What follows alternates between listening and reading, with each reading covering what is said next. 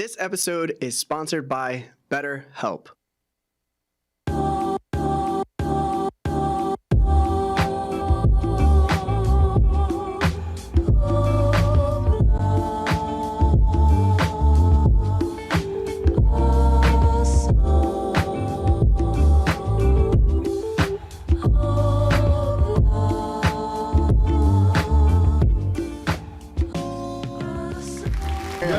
It sounds crazy. Hello. Oi. What's going on, everybody? Welcome. My name is Larry. Lawrence. Lionel. And this is that One Piece Talk, where we talk One Piece. Listen, guys, it's episode 79 today. I am really hyped. That means also there is no One Piece chapter, which means One Piece Break Week. And I know everybody loves break weeks because we get into some of the most random topics of all time.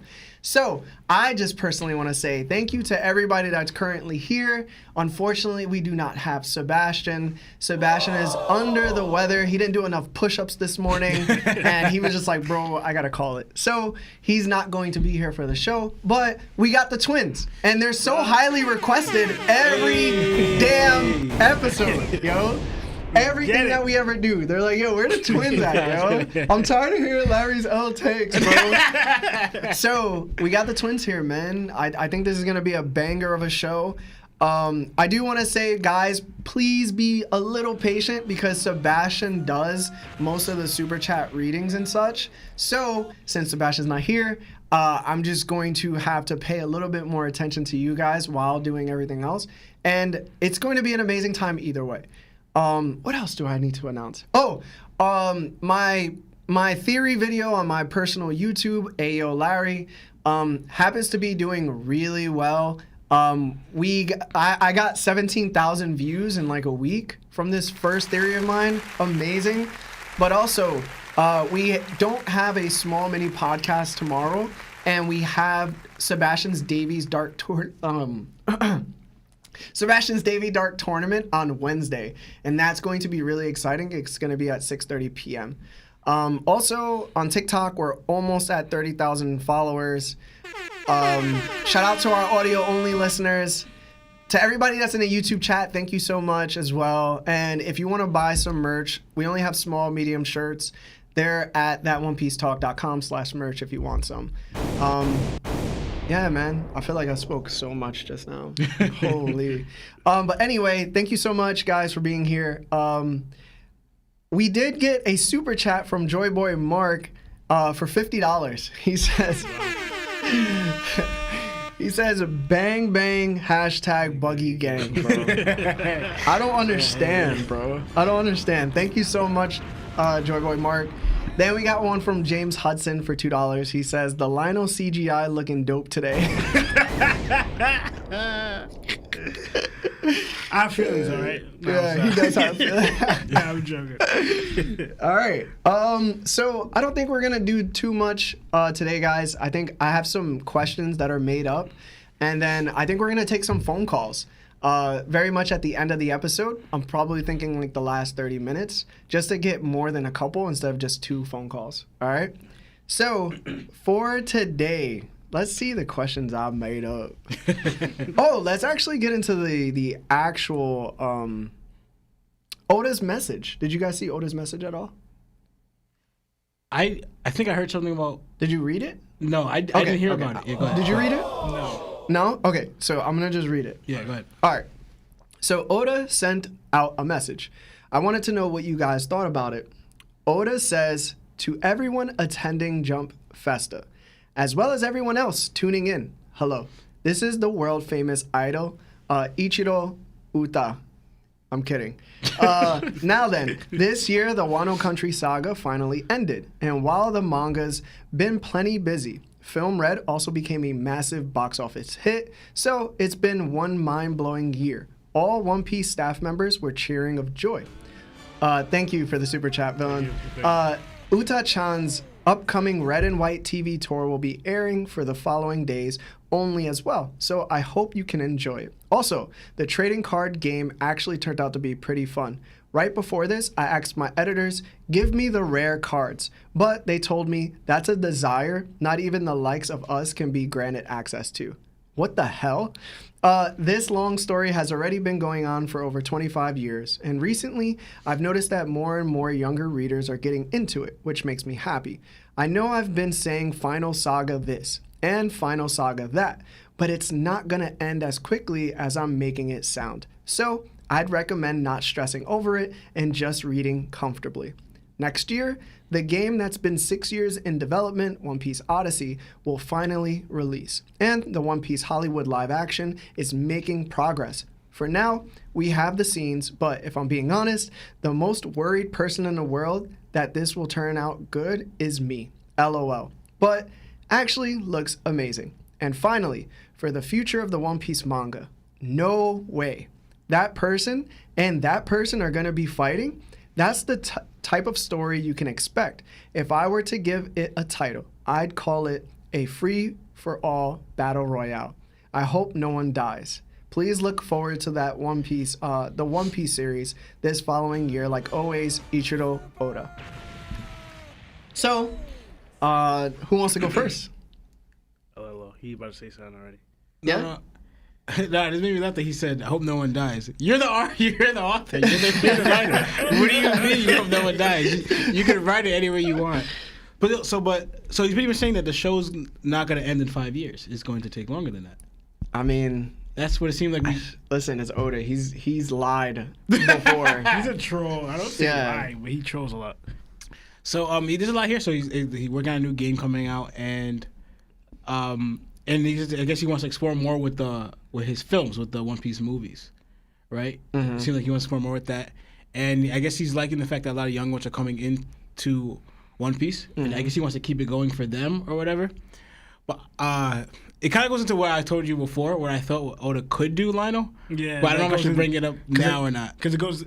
Yeah, it kind of goes into what we brought up before. But no, don't go to it yet. Hold on. I'll say that for later.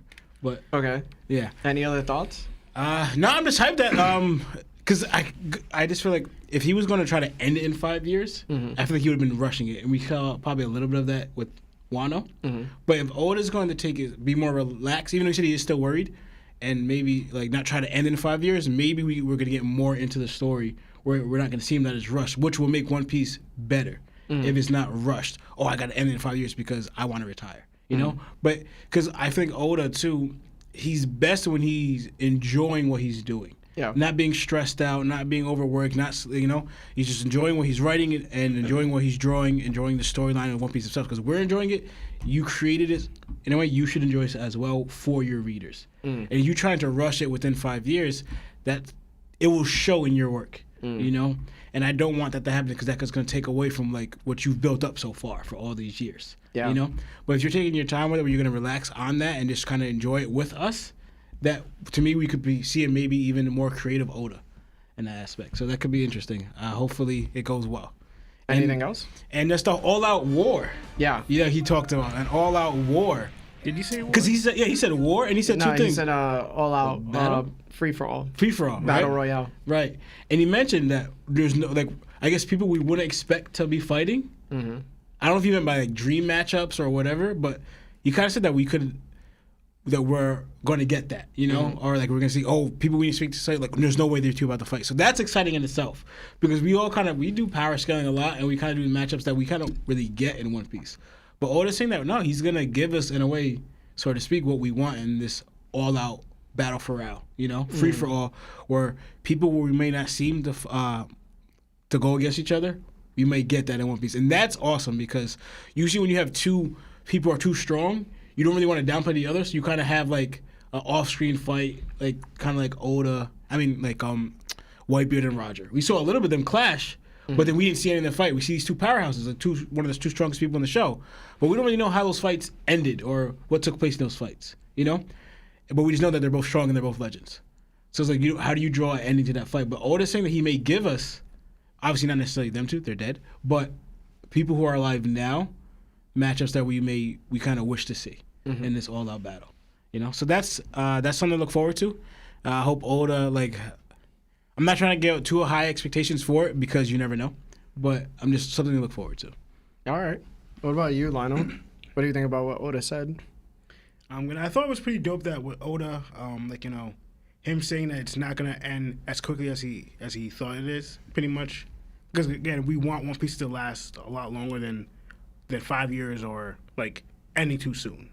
And like Oda always put like I'm gonna end it soon, but now it's like maybe he's holding off that, maybe because of the younger fans, or it could be other reasons. Or again, Oda's a troll. He be trolling and be saying certain things, but I don't really mean this. Mm-hmm. So like you can't really sometimes take Oda too seriously on those things, but when he gives shout out to our manga specifically, those when we kind of like take notice of when he's talking about the free fall. But I want to focus on, did he say like no way those like, did he was it specific on 2 people? Because that got me confused. Because he said no way those 2 are fighting, then he said free for all.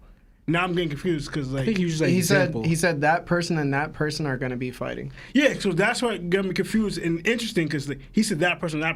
Yeah. Then he links it to a free for all because free for all means more than one, like more than 2. I mean, yeah. But now you're saying it that person. I think he meant like as an example, like the free for all is going to bring a bunch of people. And that person and that person, and example like that person and that person, they're going to be fighting. Yep. I think, that's what he kind of was alluding to. But he said it once, but free-for-all means more than one, Okay, but that, again, makes... Because I don't think he's linked it to, like, the final battle. But he just said that... And we don't know if it's going to happen soon or not, but...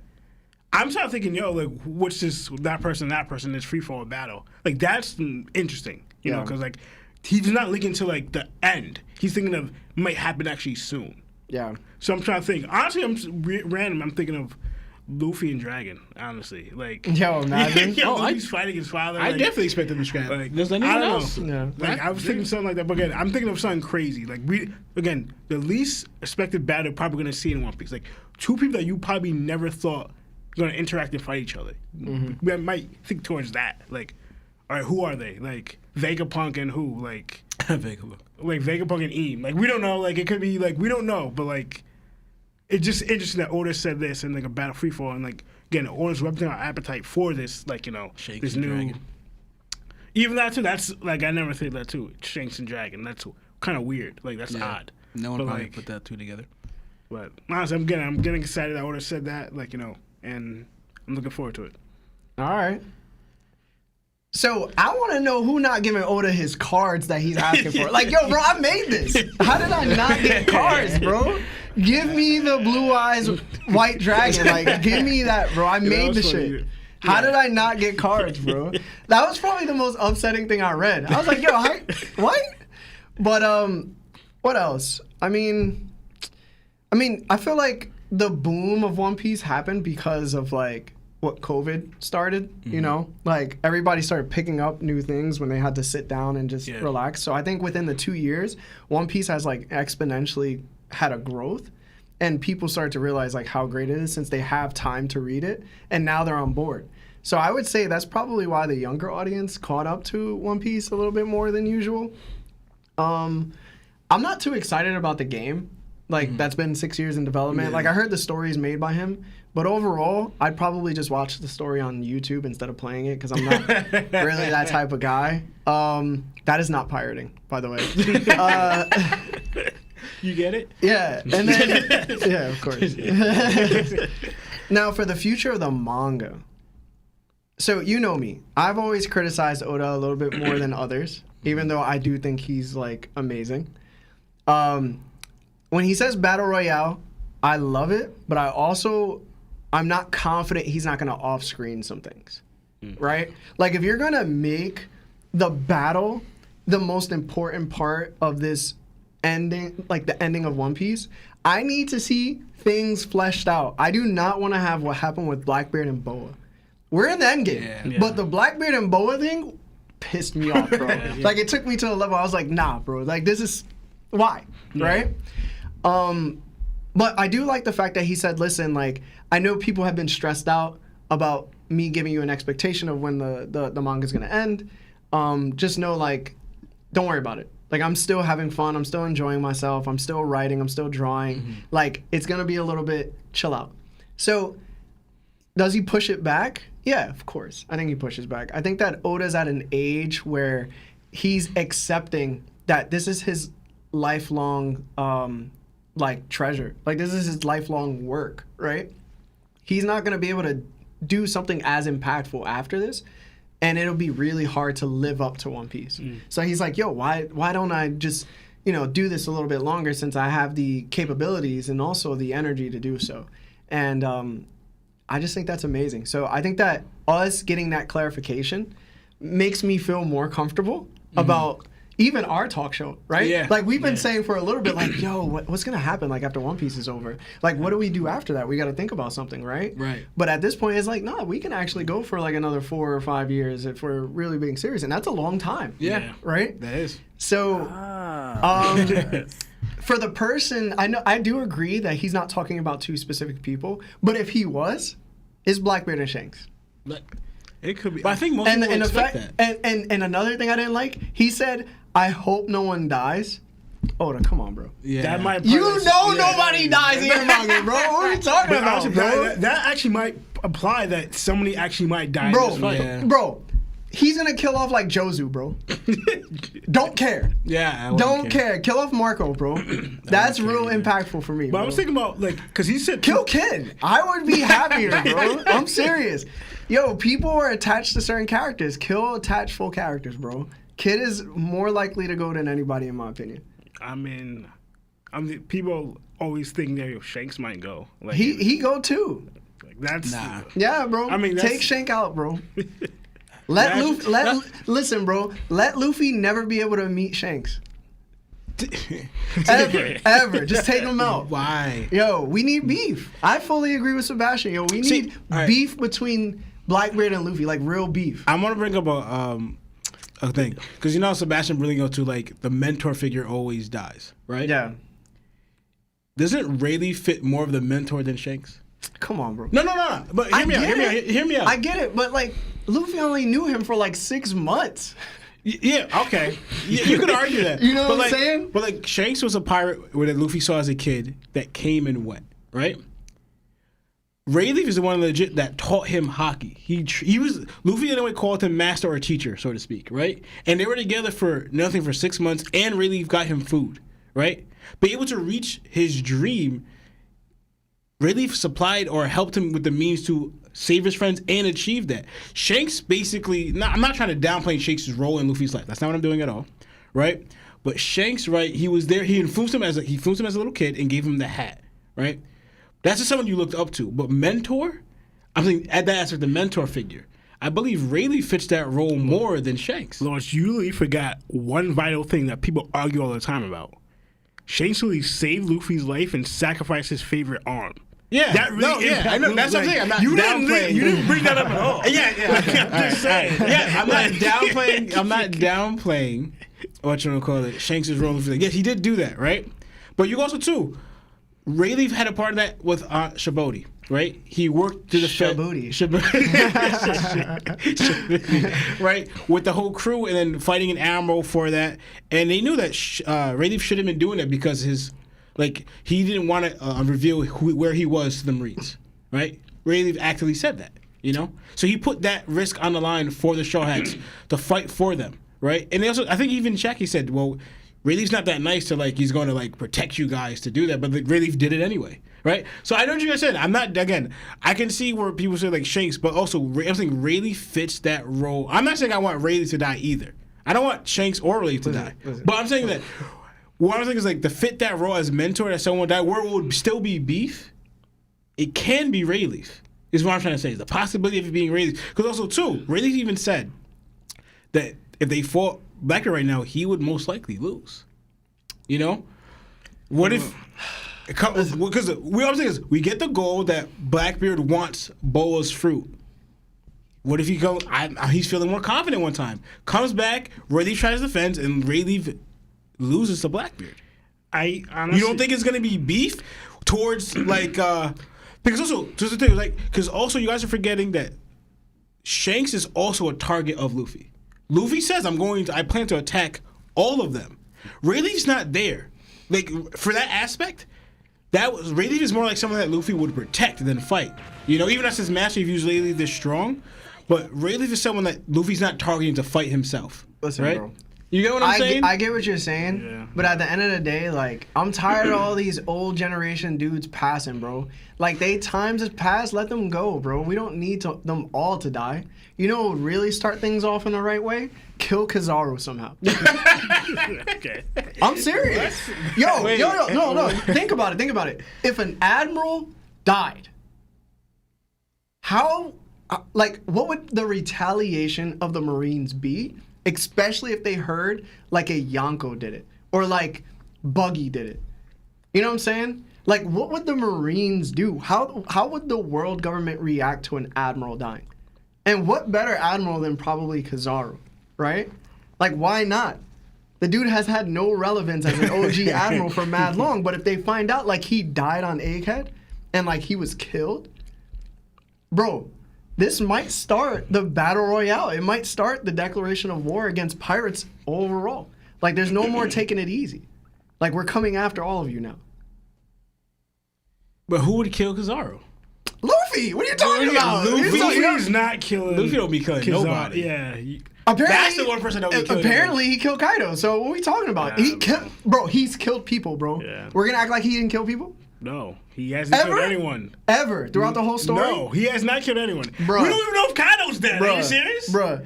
So you think when Luffy, Elephant King Kong gunned Doffy into the ground and the whole entire city collapsed, there wasn't like one child hiding in a closet, bro? Stop. Not one? No. He's definitely didn't kill people with intent, but he's probably like murked a couple people that just he didn't know were there. I mean, I don't know about Filler though, Luffy has killed.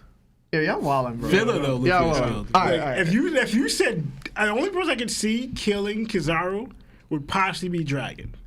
And it fits it more because Kuma coming through, bro. Like, there could be multiple ways of him dying, bro. I mean, you can't tell me it would be mad lit though. Like, if an admiral died. Honestly, the only person I thought that possibly would kill an admiral, honestly, would be Rocks, because I thought Rocks was just that wild. But I don't know, like, because I can't picture an admiral dying. Like, that's how ridiculous it is. And that's why I said, like, if somebody does kill an admiral, it has to be like Big Mom eats people, bro. What makes you think she wouldn't kill an admiral, bro? She would. That's what I'm saying. But like, you ain't gotta be Rock's level in order to do so. You could be like a normal Yonko. Big Mom's not a normal Yonko. You can't say that. I mean, in comparison to what the Yonko standards were, she was a normal Yonko. Out of the Yonko... No. I'm not talking about her being lesser. Okay. I'm saying, like, she's normal compared to, like, Kaido and, like, Shanks and Whitebeard. She's normal in that realm. Okay. Yeah, but everybody else is not normal because they're weaker. Okay, just to clarify. Out of the ones that would actually probably kill a Yonko, like, straight up just do it. You mean an admiral? No, yeah, I'm actually kill. I mean, because I meant to say the Yonko that would kill an admiral is Blackbeard. He can't take on an admiral. No, right no, I'm talking about, but who would actually? He ain't got the facilities for that big man. I'm not saying I'm talking about, but actually would do it. Like he would have killed him. Like Yeah. Blackbeard. Shanks, it depends on the situation. Like why he's fighting for would do it, but Blackbeard just for whatever reason, he would do it. Just do it.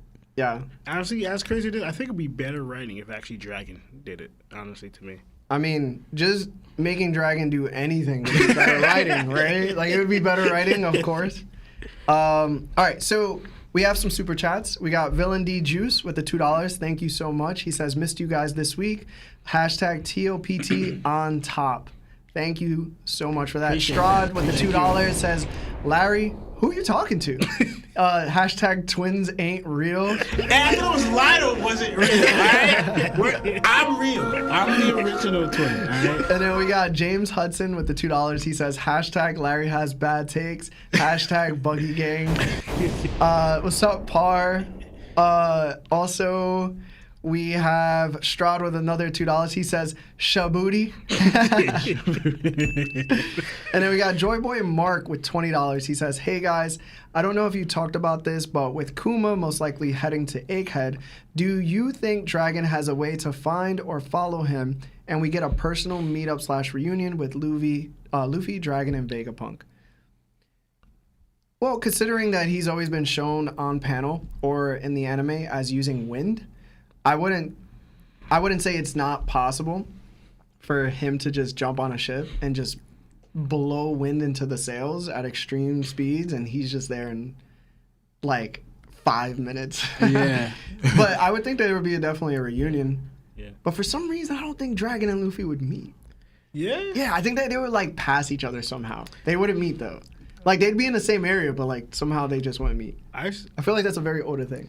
I mean, I can see that. I thought, like, I definitely believe Dragon. I could be wrong, but I definitely believe that Dragon is going to Egghead. But I also thought of like I started thinking of the Avatar, and like remember that dude, who was in prison, who got the Airbender. Sorry for spoilers. I'm sorry. Who got the Airbender ability? Who was the leader of that gang? Who was bald? Yeah. And he started using his air, and he able to fly. Mm-hmm. I mean, do you think Dragon could do something like that if he has with his ability? Well, that he can fly. So when I was doing research for my multiple Joy Boy theory, right? There is a time in the anime where I believe he picked up Sabo from the water and he brought Sabo to the ship, and Ivankov was just worried. Like, why isn't he here? He's late. So all of a sudden, they don't know where he's at. Dragon just shows up on the ship, but it looks like he's floating down. And it's like 2 seconds. But there's definitely wind under his foot. Yeah. He probably can fly, bro. Yeah. Well, he's okay. Yeah. I thought that too. Like, Yeah. To me, if you have the wind ability and you can't fly, you're using it wrong. Yeah. Just saying. Yo, Ace was using his ability wrong. He should have been flying. Yeah, he should have been flying. Flame on! Bro, I would have been Human Torch, yeah, bro. true. Or like what's that dude's name from Avatar again? Azula, was it Azula or Zuko did it? Like they used the Zuko's father. The Yeah, fire, pretty- the fire, yeah, he pretty was much. he was flying. That was Yeah, dope. Yeah, so yeah, pretty he was much. flying. All right. So I did have that theory about the multiple Joy Boys, and it brought up a pretty good question. So my question to you guys is there a slight possibility that Luffy isn't Joy Boy and it's someone else? If not, then who do you think it could be right now? I mean, Because it's still not confirmed. You need to have the Nika fruit to be Joy Boy. You know what I'm saying? There was only that drums of liberation with the heart. But also at the end of the day, the heart, everybody has a heart. So your heart could probably beat a certain way. There's so many theories because there's no confirmation of these things. So who would you think would be the next Joy Boy? I mean, I honestly believe that because they implied in the manga that the next Joy Boy has to be a D. Like Kaido thought he was Joy Boy, then something happened that he realized that I'm wrong. And again, it goes into other stuff like who's Roger's waiting for, and Roger's saying I'm too late, and they keep on looking towards D's to be the next Joy Boy. So I don't think that's limited to our person who could be the next Joy Boy. So it has to be a D. That's implied. I could be wrong, but that's what they implied. But I don't see Dragon that much as the next Joy Boy.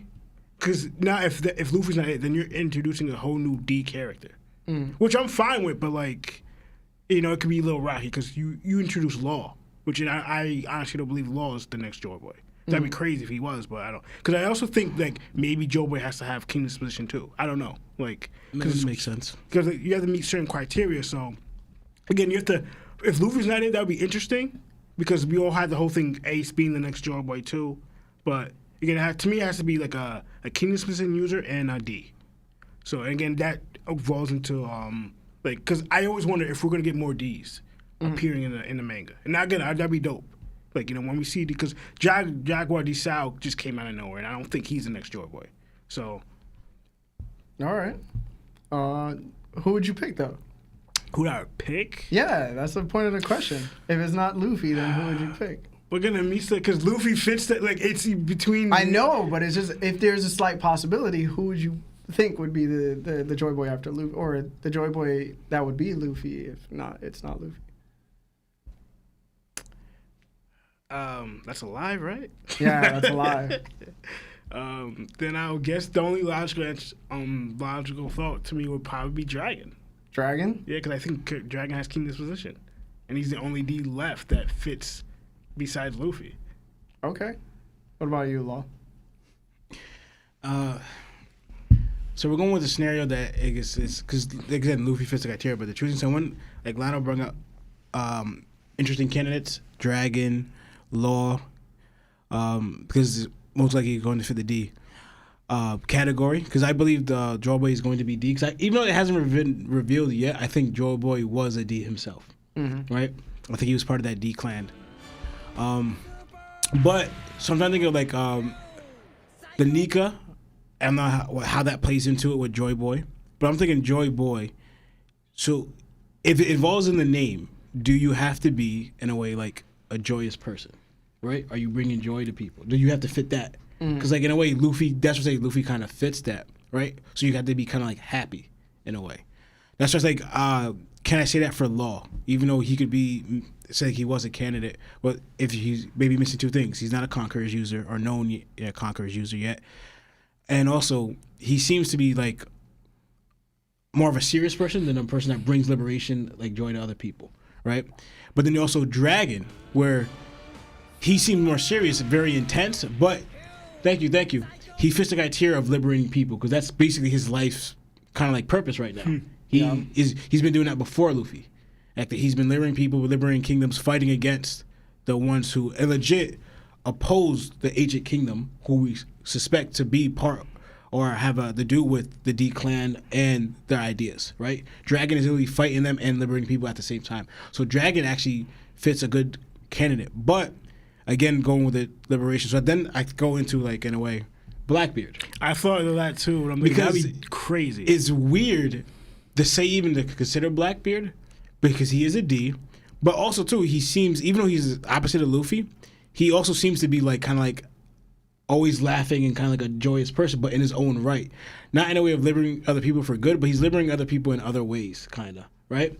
I don't want to say like, oh, Beast, if another way, like he's taking people's abilities away, but, and liberating them from that. But he's doing it his own way, trying to breed, for example, Luffy's trying to create a freedom where people can enjoy, right? To eat what they want, live in peace with that. Blackbeard's trying to do it more in a chaos way, like an anarch way, where like you could like literally do what you want, rob, steal, cheat, but that type of freedom, right? So I believe Joy Boy is more on the light side than the dark, but then we also talk about the what was it, the opposite of Joy Boy or Joy Boy the dawn, Joy Boy the dusk. Dark, exactly, right?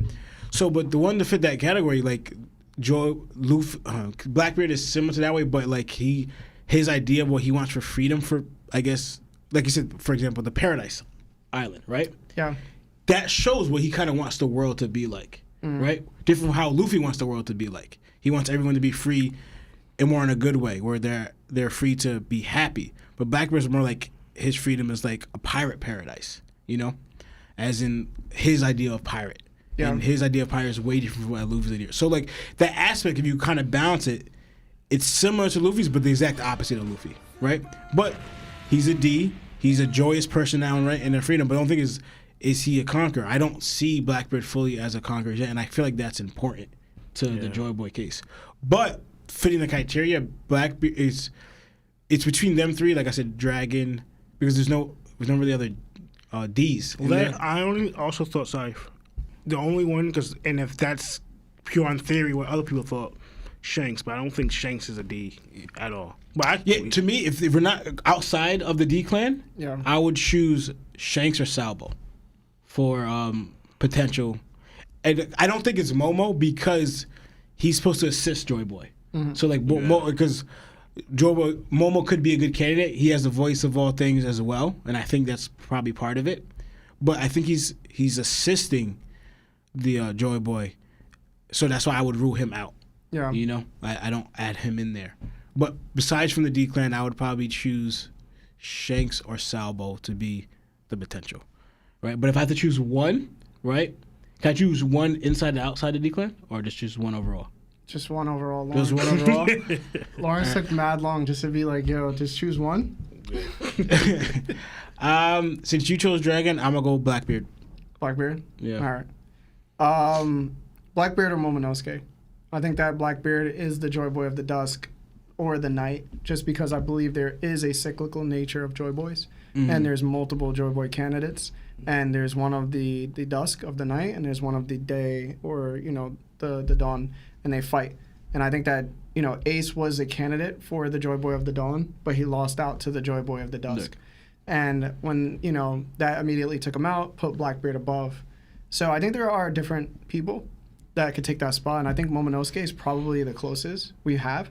Because I do think in order to be a Joy Boy candidate to a degree, you have to have the voice of all things. I think that's one of the most important factors of being Joy Boy.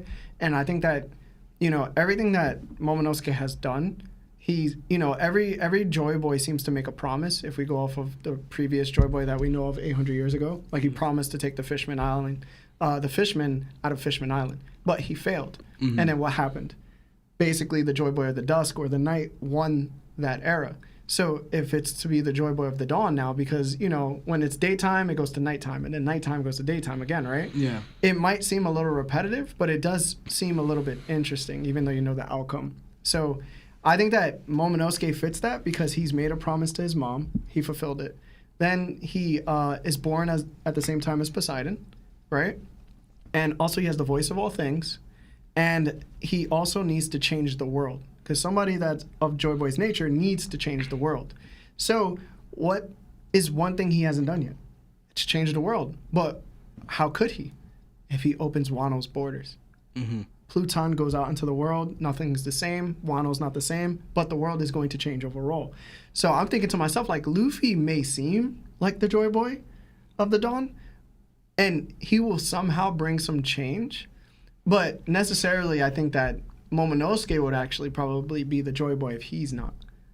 I think that's the closest person, for sure. And then there's Blackbeard. I think Blackbeard's a great third candidate because of what he's supposed to represent. Yeah. So I think the one that, do you think Oda, in a way, not really foreshadow this with the Mink Kings? You had the King of the Day and the King of the Night, and how they kind of battled each other, like they grew to hate each other. So it's like, it could be like that too. Yeah, that's some foreshadowing that he would be able to do. Yeah.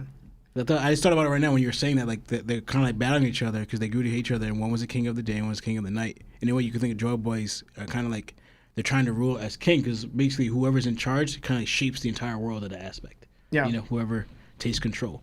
Yeah, that's a good way of thinking about it too. I forgot about all that stuff. I could have added that into my video, bro. Damn. All right. And I also thought it was crazy because even Blackbeard, he has a move called Liberation, like his darkness. Yeah, he does have a move. But it's like it's a dark liberation. Like he doesn't really liberate things; he destroys it. And then when that's his liberation. Yeah, I should have just talked to y'all about this before I made the theory. It would have been so much better to add these little tidbits. All right, so we got a super chat from Strahd for $2. He says, "Get more D's." Pause. The last Antari says for $5, do you think the eye patch character is going to be a D? Eye patch character? Well, just an eye patch character. Like, we haven't had one in One Piece. And Oda said he's probably going to, I think he says he's going to have a character with that. And Bastion started thinking heavily that it was going to be Luffy. It still could be Luffy because he drew Luffy with an eye patch. It's probably going to be around the burn scar, bro. Possibly. I don't know. I hope not, but. Shandi Wandi with the, I believe it's Australian dollars, for $14.99 says, Buggy D Clown would be Joy Boy. Hashtag Buggy Gang. I hate you guys. That would be the biggest troll Oda has ever done in the show if you made Buggy Joy Boy. It wouldn't be too far-fetched for Oda. Villain D Juice for $5 says, gotta slide out, still at work. Y'all better argue about something to entertain me when I'm off. Y'all the best. Well, Sebastian's not here, so usually he's the one that gets everybody amped up. I just don't get amped up with Lawrence or Lionel like that. So I mean, I could start something. I just bring up Marco. No. We would be arguing against you, dude. Yeah. I didn't see the news episode, but if you saw the news episode, it got some heat for Sebastian. I heard that they played Marco in the news episode. I had him looking slow. Listen, they saying that Sanji over Yamato now because of the last episode. I don't know what's going on with the anime. Yeah, I gotta see it. Nah, I'm not seeing it. I'm boycotting, bro. I gotta see it. All right, so thank you everybody for the super chats. Thank you so much for still being here with us. If you haven't liked the video, please like the video. It does us a great deal for our YouTube algorithm. Arigato. So, gentlemen, Are you ready for the next question? Mm-hmm. All right.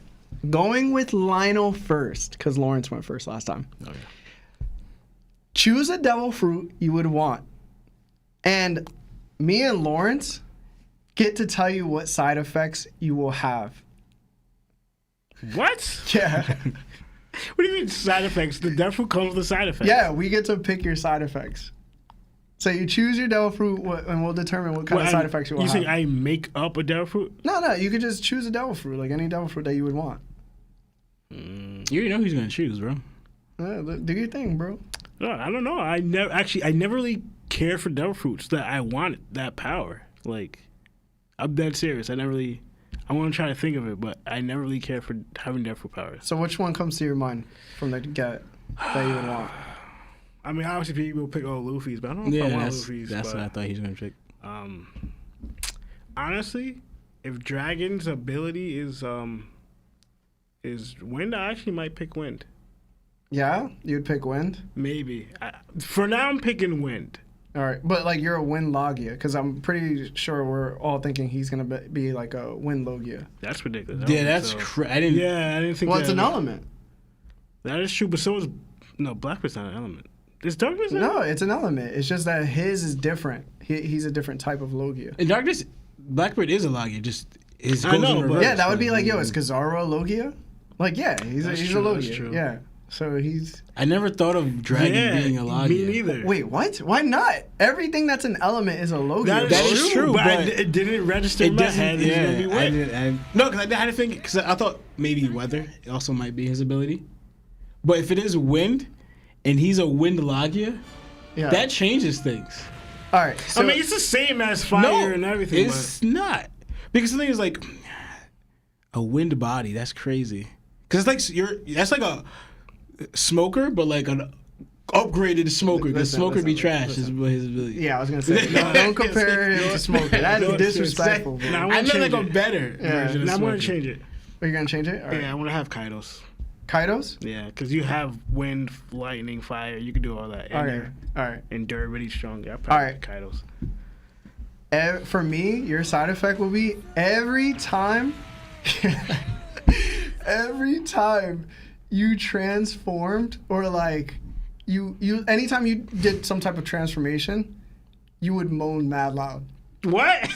Why? That is so weird. Do I do Kaido's like roar at least? Like sound like that when he roars off of victory?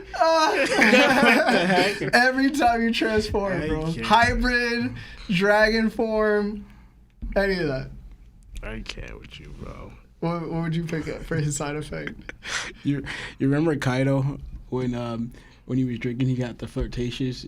Hey, Yeah. stop at you. Yeah. That's your hybrid form. What? Shut up. That's the only hybrid form. When you're drunk? when you're in hybrid form, you're always a flirtatious Kaido. Man, Yeah. You're always flirting, bro. It's like stop at you. And then every time he transforms, he's like, You make me mad. I can't, bro. So what's up with this dragon? You're yo? the most pervy dude of all time, bro. All right, Lawrence. What devil fruit would you want? And then me and Lionel have to pick your side effects. All right, so I'm actually just gonna go with Luffy's. You're gonna go with Luffy's? Yeah. Okay. The freedom aspect just appeals to me. Okay. I like being able to do whatever I want. All right. Yeah. And your side effect, what do you think your side effect should be? It's fire. Yeah. That's a good one. Yeah, right? Luffy, what his side effect would be? Is it gonna be as ridiculous as what you gave me? Cause come on. Like, I I'm can't. thinking. Hold on.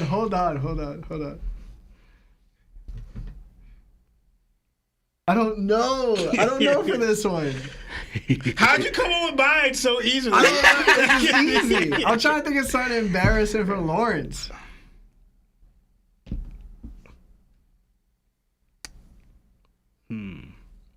So he has the gum fruit. Yeah, he has the gum fruit. Or the, yeah. Oh, so you said a weakness or a side effect? What was it? It's just a side effect. A side effect. I'm thinking. All right, so every time you stretch, right? Every time you stretch, you somehow punch yourself in the face. What the heck? Every time. Like if you go to kick somebody or like punch somebody, you get punched by your own punch. That's a weakness, not even a side effect. Listen, bro, overcome, bro. I mean, wait, is it after I hit them or before I hit me? Like it's like it hits me first, then them, or does it hit them then hit me? It hits you first and then them. So it bounces off your face. What? Not even the body, just the face. That's a pretty bad side effect. I gotta use the hockey afterwards and hit, and then hockey and then afterwards. Oh no, I think I got one. Okay. Remember Roger Rabbit Yeah. in the Toontown? Mm-hmm. Remember when that detective guy walked in that room and he saw that girl with the red hair? Mm-hmm. The good looking one, but there was the other one that looked kind of crazy. He kept on trying to kiss. Okay. I'm gonna say every time you go into Toon Moon Awakening and Luffy, you look like that. The ugly. Yo, it fits because you be punching yourself in the face and you just look busted. That's a good one. That's a good one. For me, I would choose the thunder fruit. So I'd be a no. A no. Yeah. I'd have the lightning fruit. Mm. So a side effect for Larry.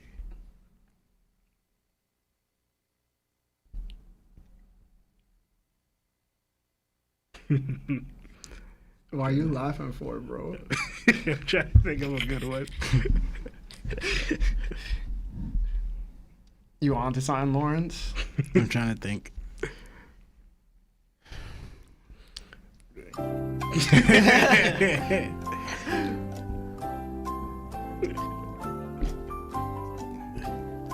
Okay. Let's see. Damn, bro. This is mad entertaining. So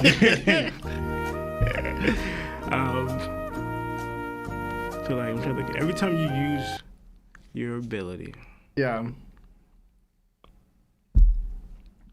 Damn, you guys suck, bro. Fine, I do this. I mean, this might be messed up though. Every time you use your ability, you also get electrified. That doesn't even make sense. That doesn't even make. I'm a Logan. What? Because with power comes great responsibility, Larry. Oh my god. Okay, I get shocked every time I use my ability.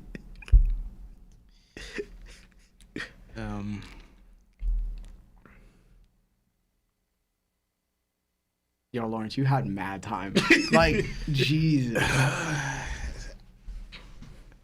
Oh my goodness. Oh my goodness. I don't know. Shoot. Okay. You wanna skip, Lawrence? You wanna like just skip? Can't think of anything. I can't think of, if I think something later, I'll say it. He's not. Jesus Christ, Lawrence. All right, we got some super chats. Let's see. So we got a super chat from James Hudson. He says Dragon is top 5. Respect the revs. Futon with $2 says, "Yo, why Prona looks so busty in the thumbnail?" That's not me. Javian Butt, which is Traverse, says anime had Queen about to finish off Marco. Oh my god. Strad with $2 says taking his time because he's looking in the mirror. All right. So yeah, that was crazy. I took mad long, bro. You guys took pretty long on mine. All right. Anyway, so next question. Ready? If Sanji was turned into a woman, do you think he'd still perv out over women, or would it be men? If you pick one or the other, choose who you think he'd perv over. Wait, when you turn into that, do you still keep your personality? I mean, Law kept his personality, but that was different. That wasn't from a Vonko. That was from a virus. I mean, either way, Lano. No, I think he would still be perv over women. Yeah? Who do you think he would perv over? That would be weird if I don't want to say that. Probably because I thought of Ivanka's woman for him. I'm like, Yeah, bro. Yo, that's still up for question. That's still up for question. Yeah. So you think it'd be Ivankov in the female form? Yeah. Yeah? Jesus. What about you, Law? I was definitely thinking he'll still perv over a woman, and it'll be the same. And he'll definitely perv over himself a lot. Like, he'll just be alone by himself, just, you know. Hey, man, what you doing? You're supposed to be cooking. You better wash your hands. Yeah, Sanji nasty. So you think he'd perv over himself? Yeah, 100%. All right. I'm gonna go against the grain. I think it'd be over guys, and it'd be Zoro. I can't with you, bro. That would be. Zoro might kill him. Yeah, I was thinking that. He'd be like, you know He'd be what? the one woman he actually listen, might bro. kill. Yo, listen, bro. He'd be the one woman he would Yo, kill. or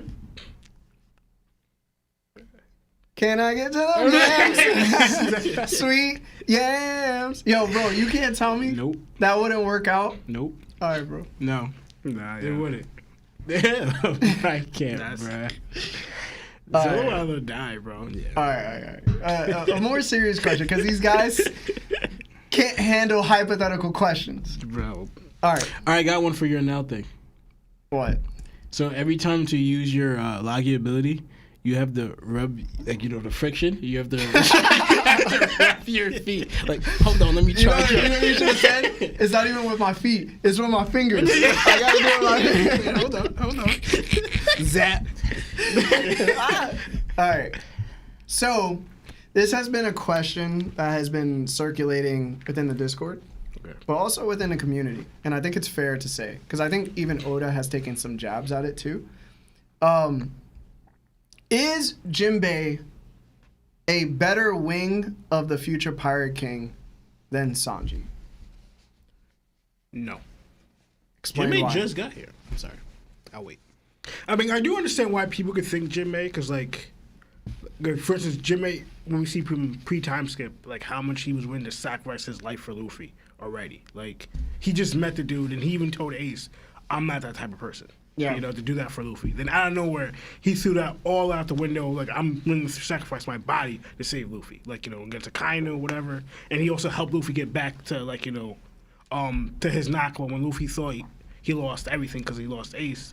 You know, he remembered what he had, remember what Luffy had. And Luffy said his Nakama, and Luffy even acknowledged, like, yo, this person helped me get back, and, like, I want him on my crew, and, like, you know, and Jimmy's just a dope character in general. Like, he has such an honor to him and stuff, and how much he contributes to helping Luffy. And now even we keep on seeing it, Jimmy and Luffy are always together now. Like, almost from Fishman Island to Whole Cake, you always see, like, for even an Egghead, who's with Luffy? Jinbei. Like, it's been like a constant. Who's helping Luffy up the tower? It was Sanji and Jinbei. So it keeps on showing like Jimmy's always with Luffy now. But I think overall, Sanji, like, I think even not Parvati, what's his name?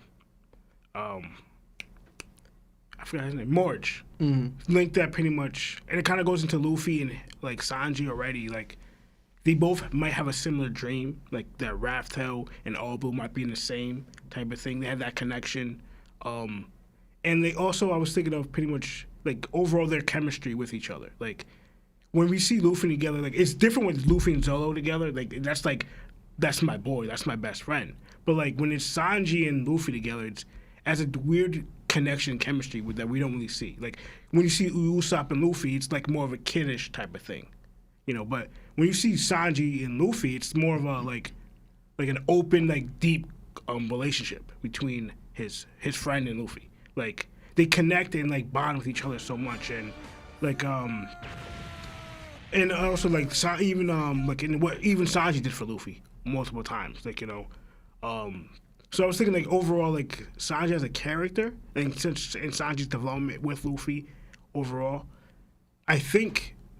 Like, Sanji fits it so perfectly to be the next wing, you know. Besides his arguments with Zolo, them being dynamic, because that's just funny and dope. But, like, just Luffy's connection overall, I don't see that same connection at all with Luffy and Jinbei. Jimmy's always there and he helped him out, even though Jimmy saved his life, brought him back. But I don't see that connection that with Luffy and Jimmy, while I see with Luffy and Sanji. And that's one of the main things. Their connection, their chemistry, their best friends, and what they're willing to go through each other. Because Luffy even said, like, to Sanji, without you, I can't even become the Pirate King. So, like, Luffy, again, feels that strongly towards Sanji. Now, not because he's just a cook, but, like Luffy said, like, Luffy loves food. And he's willing to not even eat to get Sanji back.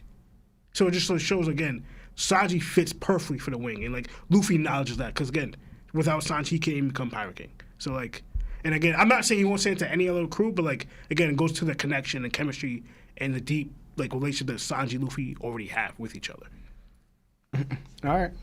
Law? Now, yeah, the last parts that Lionel was saying is what I was actually going to start off with. Back in Whole Cake, when he's fighting, Luffy expressed those words to Sanji. And Luffy was serious. And the fact that, like, Luffy, right, said he will not leave this spot, that he'll take on an entire Yonko crew to wait for Sanji here. And I will not eat while taking on the crew. And Luffy knows that without food, he gets weaker. Like, he needs food to keep fighting. He needs, like, that's a source of his strength, right? So with Luffy stating that, like, how much he's willing to put on the line with Sanji, it shows how vital, like, role that Sanji plays in Luffy in his goal to become the Pirate King.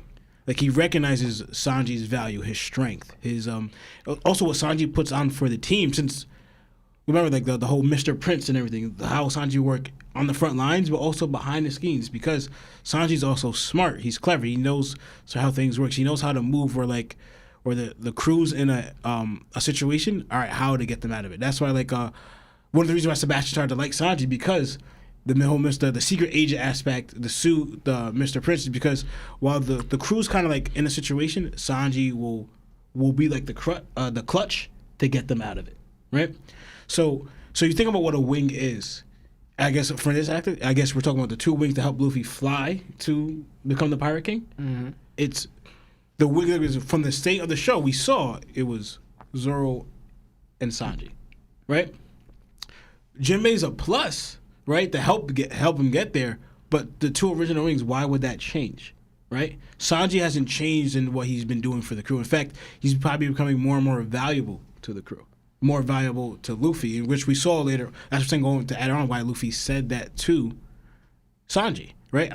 Again, like, right now, like, for us too, Luffy's probably building up that connection with Jinbei, right? But also too, he's even thinking back on, for example, like, he's able to Luffy's able to recognize Sanji's strength because, like, for example, when they went to go help Shirahoshi, right? Who Luffy looks to help him do stuff like that, to go, like, you guys sense a wild beast. He looked to Zoro and Sanji, right? Mm. Those are his, like, pretty much his two right-hand men, you know? Like, Zoro's on the right, Sanji's on the left. You know, again, that's what you say, the wings, right?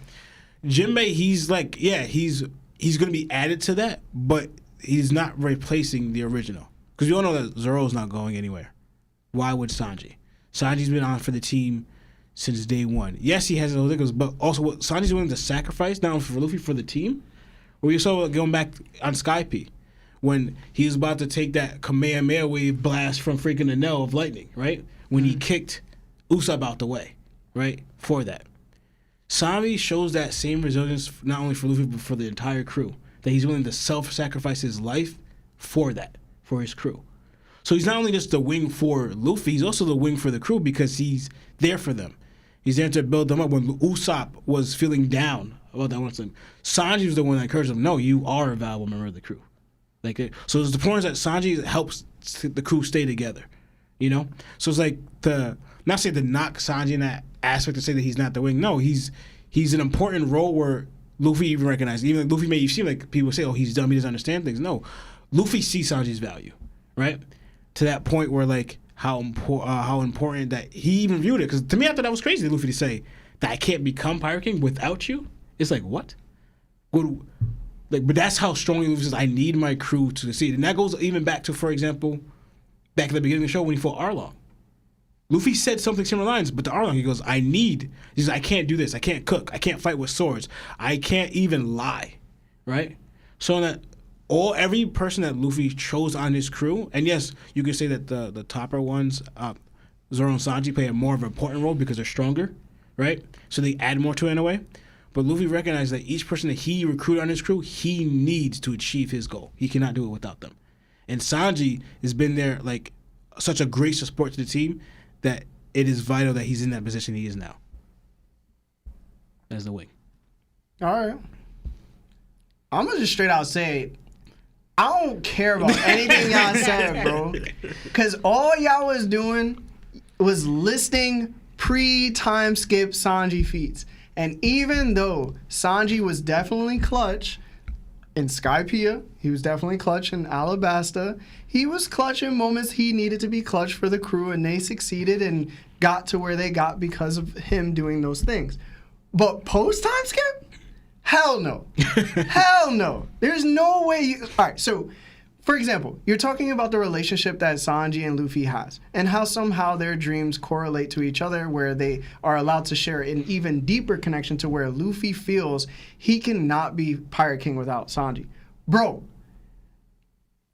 I don't care how you feel about a person. It's about what can my wing do to help me fly over the highest of mountains.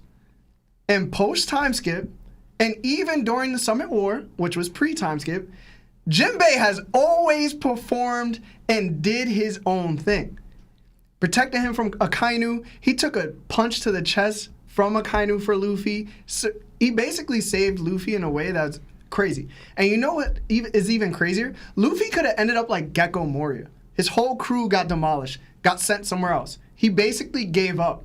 It was the first time we seen in a whole series where Luffy was like, yo, I am not strong enough, and I am going to cry and bang my head and plead you to give me back my crew. And what did Jinbei say? Man the hell up. Your crew is still out there. You still have things left that you care about. Your Nakama is still out there. He said, all right, got on his horse, started training with Rayleigh, bro. 6 months later. You know what I'm saying?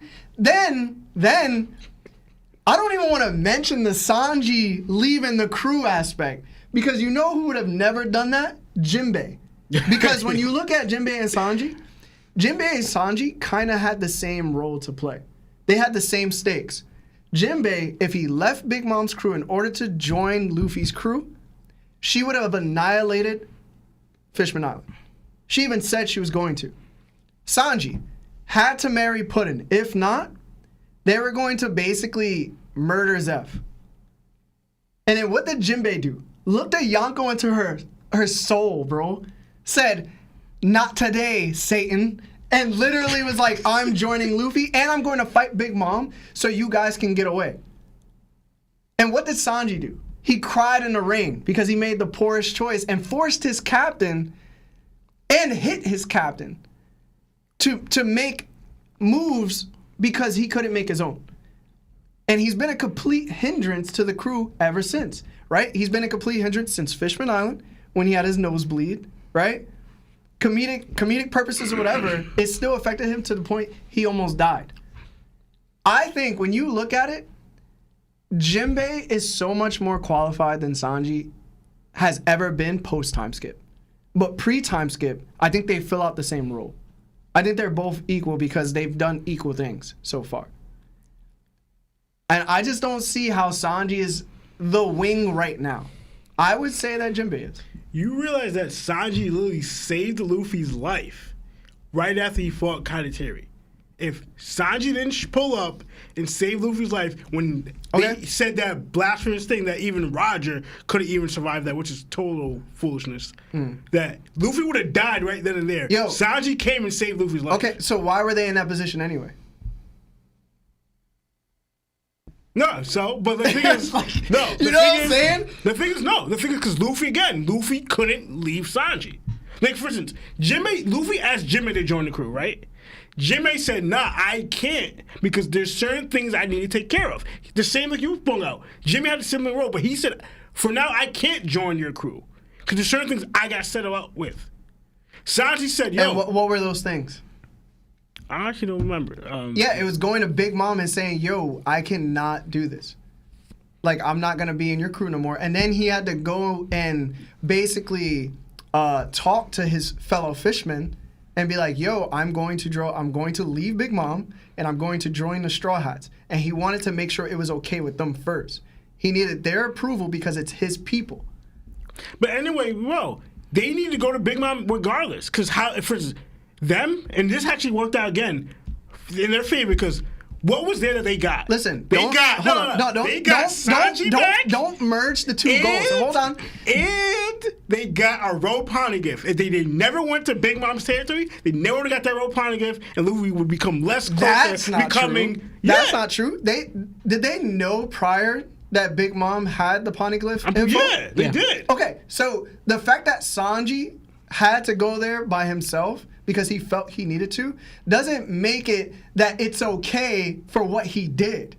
What actually happened was if Sanji stayed his ass where he was supposed to be and believed in his captain, then he would have been like, yo, we can just go to Big Mom's territory together, and plus my family's probably going to be there, so I can just do what I have to do. But I'm never going to betray my captain. I'm never going to kick my captain in the face because I don't believe in him, bro. Because I'm having a mental breakdown. No, it wasn't just he knew. Jinbei would never, dog. He did not. You can't say that he didn't believe in Luffy. That's fully not true. Right, whatever, he bro. did it mostly to protect Zeph. They were threatening Zeph's life. Yo, did Sanji get the prince for the poneglyph? Hmm? Did Sanji get the prince for the poneglyph? No, Brooke did. Damn, yo. Sign out Sanji ain't do, I guess. Yo, but he also, but they put him in a situation Crazy, so they yo. could get the Plani gift. Though. Crazy, bro. They got into a situation. Because for instance, when Luffy would have went to Big Mom's territory, to get the Plani gift. What did Sanji help the crew with at any aspect during Whole Cake Island? What did he give them, bro? Besides helping Luffy out recover, what did he do? He ain't do anything. He stopped Big Mom. Pudding could have stopped Big Mom, bro. Nah, she wouldn't have. You're wildin'. No, because Pudding wasn't as good as a chef as Sanji. Like nobody on the island was as good a chef as Sanji. Big Mom would have got stopped by Jinbei, bro. Nah. Somehow. Nah, I fully believe that. Nah, bro. you're crazy, bro. Dude, Big Mom, you realize Big Mom pulled up on the ship while Jinbei and Luffy were there. And who knocked her off, bro? That didn't stop her. She Big boy Jinbei. Do you think Jinbei could beat Big Mom? Because No, of course not. But at that point, he was doing more work than Sanji was. And you only can argue that because Sanji doesn't hit women. And also too, that's the only. But also too, going back to the Sanji got in the situation. Luffy gets them into situations all the freaking time, and Sanji, Zoro, and the whole crew has to get Luffy out of it. Yeah. So it's reversing the situation. That's just part of the crew. Nami got them in a situation. Usopp got them in a situation. They all get each other in situations because they're all friends. That's the way the dynamic of the crew how many is. times has Sanji gotten him into situations post time skip? Like y'all didn't realize it, but y'all didn't say one thing about him post time skip. Yeah, I just said he saved Luffy's No, when you life. were making your analysis of who would be a better wing, you only said pre-time skip stuff because those are the most important moments of Sanji's character. Sanji's character has always been really good pre-time skip, but post-time skip has been trash.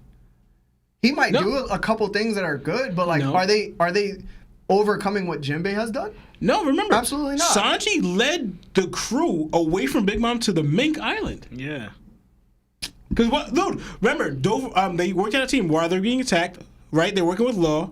Sanji he confronted with Luffy first. He goes, "Yo, Big Mom is about to attack us. Let me talk." It wasn't Big Mom herself though. Yeah, it was Big Mom. Her ship. She was there. Wasn't she on her ship? I don't think she was there. They never stated she was there. They never know. stated if she was there or not. Okay, but either way, But if it's her ship, she's probably on it. Yeah, but it was Big Mom in her ship, and Sanji asked Luffy, "Can I retaliate? Give me the word." He says, "Go ahead, do your thing." He goes, "All right." Then Sanji somehow led the ship away, handled that situation with Big Mom, and led it all the way to the Mink Island on Zo. Yeah, how they found out more. He saved Nami, he saved everyone. Chopper, Nami, Brook, all of them on that ship. Yeah, and Sanji also saved Momonosuke from King and Kaido. It's Momonosuke, guys. Momonosuke. Yeah, Sanji saved Momonosuke from dying when he was invisible and Sanji got attacked by King. Then Yamato would have saved him, bro. Who? Yamato I would don't have think saved so, him, bro. I don't think so. She was still with Luffy talking. Yeah, she would have found Ace that. And also too, right then in that moment, no. And remember, even though the whole Black Mirror thing, Robin thanked Sanji for believing in her. So it's like taking that chance where like he put the count on. So Sanji in a way is helping the Shaw has to elevate themselves. Hold on. I hate that y'all keep giving Sanji dubs for the situations he puts himself into. And also, the reason why he got caught like that was because he went into that. It's gonna sound crazy. The geisha house. Yeah. That's his fault. Why are we giving him dubs for things that he puts himself into? If that was like a room cooking with meat, you don't think Luffy would have did that? Yeah. Yo, but Luffy's strong enough to get himself out of the situation. Also, he believes his Nakama would help him. Sanji just... He just got stupid. That's what they... Yo, but it's part of Luffy. Sanji did the same But it's exact part thing. of Luffy's character. Sanji's not supposed to act that way. He's supposed to be an advisor to the king. Yeah, but like, for example, like... The difference between them also with Jinbei and... I'm mad that y'all gave him that dub for Black Maria, bro. No, I'm not giving like, him a dub. He ain't put himself in that position. No, it was not good, but like Sanji's more of an emotional dude, right? I can tell. No, yeah, but Luffy is also. Luffy is a heavily emotional dude. The ones who are emotional on the team, right, is Luffy, Sanji, Chopper, Nami, sorry, on Wano, and bro. Usopp. Sanji, like again, going to this, Sanji helped Kinemon, which led to all this, where Luffy is now a Yonko. What do you mean? Sanji took his, out of his own free will, helped out Samurai Kinemon. Yeah. Which led him to going to Zou and getting the 2 rope piloting information. Yeah. Are you mean Anzo when he helped him out? On Punk Hazard. Yeah. There's the one who took it upon himself that responsibility that Kinemon get his body back and stays alive was all Sanji. Yeah, like Sanji even risked his life to get Kinemon's body back at Punk Hazard in the winter thing. Even to help him find his son was all Sanji. That which led to all this. And Sanji helped out Zolo when after he got messed up by Kaido and Big Mom in the cast. And honestly, not a knock on Zoro. I don't know if Zoro, like reverse situation, if Sanji has his body broken, if Zoro takes care of Zoro I don't know if he does. Zoro did it. I don't know if he takes care of Sanji the way Sanji took care of him. Bro. Listen, bro. Sanji's going on for the team, bro. Y'all saying things that he should just always do. But are they surmountable of what Jinbei's achievements have been? And I'm saying nah. Like there's been more situations where Jinbei, in my opinion, post-time skips, so I can just clarify for everyone, because pre-time skip is definitely Sanji. Post-time skip, there's just a lot more feats that Jinbei has. He's more dependable, more reliable. There's nothing you could really see in Jinbei and be like, damn, like he's going to have a mental breakdown during a certain situation. It's like, no, like I can depend on Jinbei to do anything I need him to do. Anything. Can you say that with Sanji? Yeah. Confidently? Yeah. Anything? Yes. You're bugging. Because Sanji has not failed. Has Sanji failed to Luffy? No. Not once has Sanji failed Luffy. Failed him at Big Mom, bro. No, he didn't. I didn't. He saved them from getting moshed by Big Mom doing the food. He saved Luffy's life when he was about to get killed by the whole group of people. Like, listen, bro. Like, bro, he's not once failed Luffy. Also, too, like... When Jinbei fell Luffy? Name one time. He just joined the crew. Name one time, bro. Since Summit War. Never. Yo, and you can Has he ever said, I don't believe in my captain? Never. Well, That's it, bro. I don't want to hear no Sanji character development, bro. Did Sanji say he didn't believe his character? How you a good character and then you just get worse? And then you got to have a character development arc after, bro. I mean, if you want to... It would never be Zoro. It would never be Jinbei, bro. It'd never be Frankie. Jinbei's my boy. Yo, put him 5th, bro. Nah, Frankie would never, dog. You're crazy. What are you talking about? Frankie questions Luffy all the time. Yeah, he do. What are you talking? He's the one who we trust in a little bit, He literally did it on Dressrosa. And also, too, but if you want to... Jinbei's my dude. This is like, it's crazy having me do this. But if you want to go this, the whole thing, in a way, you could look at this way. I'm not. But you could look at Jinbei left Luffy hanging to go deal with Big Mom. Because Luffy yelled at Jinbei. He goes, I'm your captain now. Remember that. Yeah. He says, I'm your captain. You better come back alive. The whole time where you could say they needed Jinbei, Jinbei's been gone for like how long? But Jinbei's already part of the crew. Yeah. Right? He showed to he showed to way later on Wano. I'm not saying this. If you want to use that to knock Sanji, you gotta do it for Jinbei as well. Nah. Because Jinbei should know. Jinbei should have been there through all this, but he wasn't. He showed up way late in the game at a crucial time at Wano, but still late in the game. Yo, he had to make sure with his peoples though that everything was cool. Sanji did the same exact thing. No, Sanji didn't. He left his crew. No, But the thing is, right? So does You know, Jinbei. you know what makes So does Jinbei. you know what makes it so much worse though? It's because Sanji has been there for Usopp, and he's also been there for Robin. And you know what type of captain Luffy is. So if Luffy's going to go to war with the world government with no hesitation for his Nakama, he knows you're gonna come after him. You know, like Luffy is going to come after Sanji. He knew that. I can literally say that Jinbei probably doesn't know that at all. But Jinbei still had enough balls to be like, yo, this is my captain. I'm going to go up to Big Mom and be like, yo, this is not going to happen. I'm not in your crew anymore. If Sanji was all that great, he would have been like, yo, I know Luffy's going to come after me anyway. So I might as well just link up with my captain and believe in him.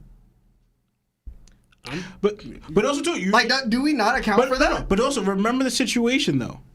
Luffy was not there, right at the time, and at the time, if Sanji didn't go because the circumstance, the Mink were in trouble, and so were Nami and Chopper and Brook were all in trouble. Sanji chose to sacrifice himself.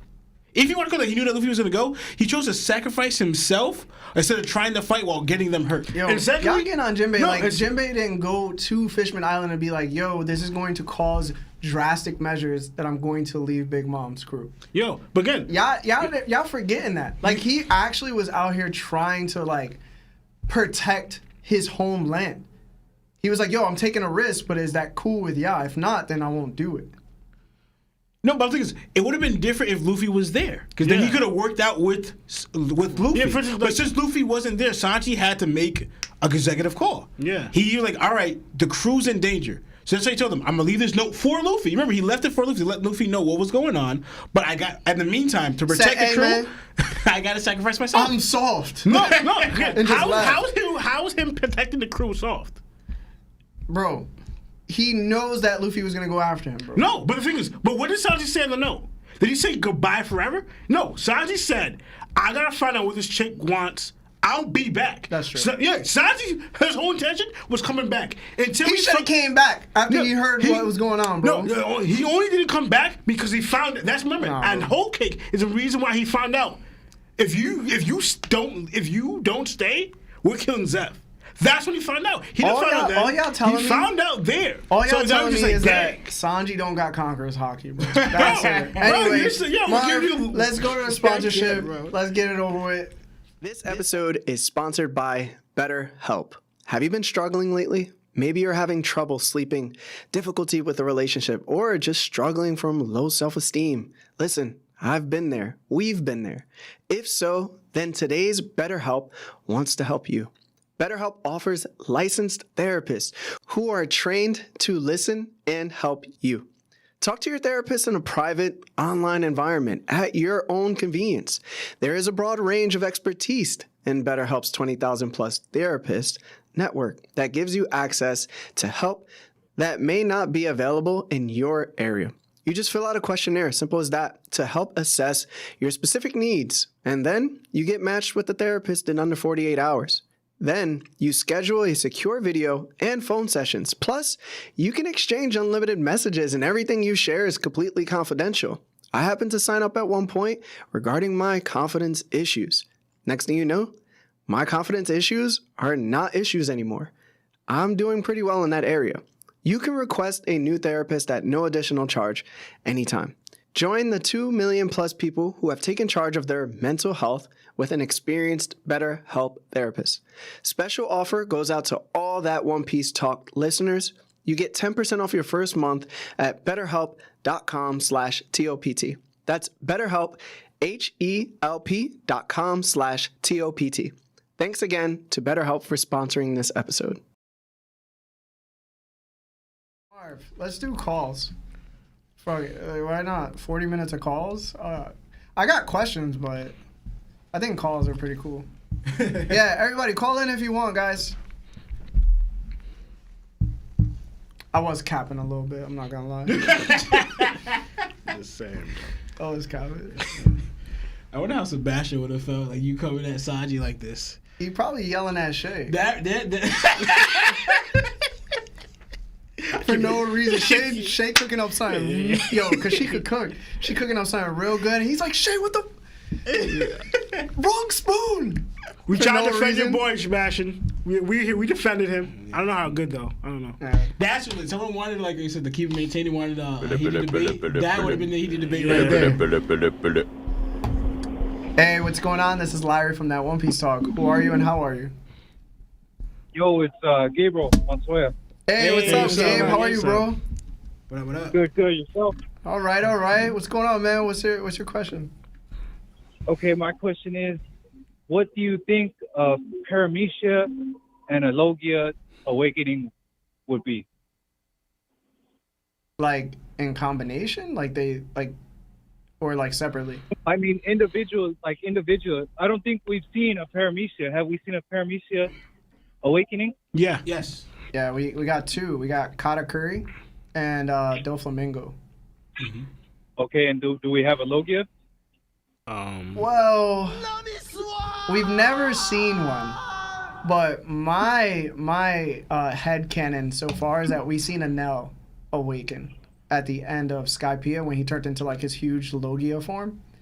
Oh, okay. I think he's Yeah. awakened there, and then we've also seen the after effects probably of Aokiji and Akainu on Punk Hazard, and how they literally shape the atmosphere and the ground. The whole climate change. Yes. So that's most likely an awakening as well. But other than that, we haven't had any confirmations. Yeah. Yeah, because I believe more so with the Amros too, with Aokiji and Akainu. Because I'm noticing a common trend with most, I can't say all, because we still haven't fully seen it. But good, to me, they're still young and still developing it with Kid and Law. But from most awakenings, from what I'm gathering, what we've seen with Dogtooth, we've seen with Cat, we've seen with Aokiji and Akainu, what we're suspecting, and Luffy, is that a lot of the awakenings kind of affect the environment around them, right? No. You can, you know? So I believe that's why we saw the end result where like they permanently changed that island to a winter island and that island to why it's just hot all the time because they can affect the things around them. That's the stronger you are with it. So for a Logia, that's why I think for all awakenings kind of have that characteristic. When you develop it really, really well, you can affect the area around you. What we saw with, because like Dolphy was turning like everything into string, like it was crazy. Like Yeah, he turned everything. Yeah, he turned everything into string, and like and Cat was legit affecting another person's ability, like we saw later on Luffy doing, turning her mirror world into Mochi, and Luffy was turning Kaido into rubber. So yeah, so I think a lot of awakened abilities can affect it somehow. How Old is going to play with other Zoan fruits or Logia fruits or Paramecia fruits, we're still waiting to see, because I don't know how, for example, we got introduced to Rob Lucy's awakening. How his is going to affect the environment around him, I don't know. I don't see Do you how. guys believe all the awakenings, like the true awakenings, gonna have that deity thing on them, the little Clouds? scarf thing?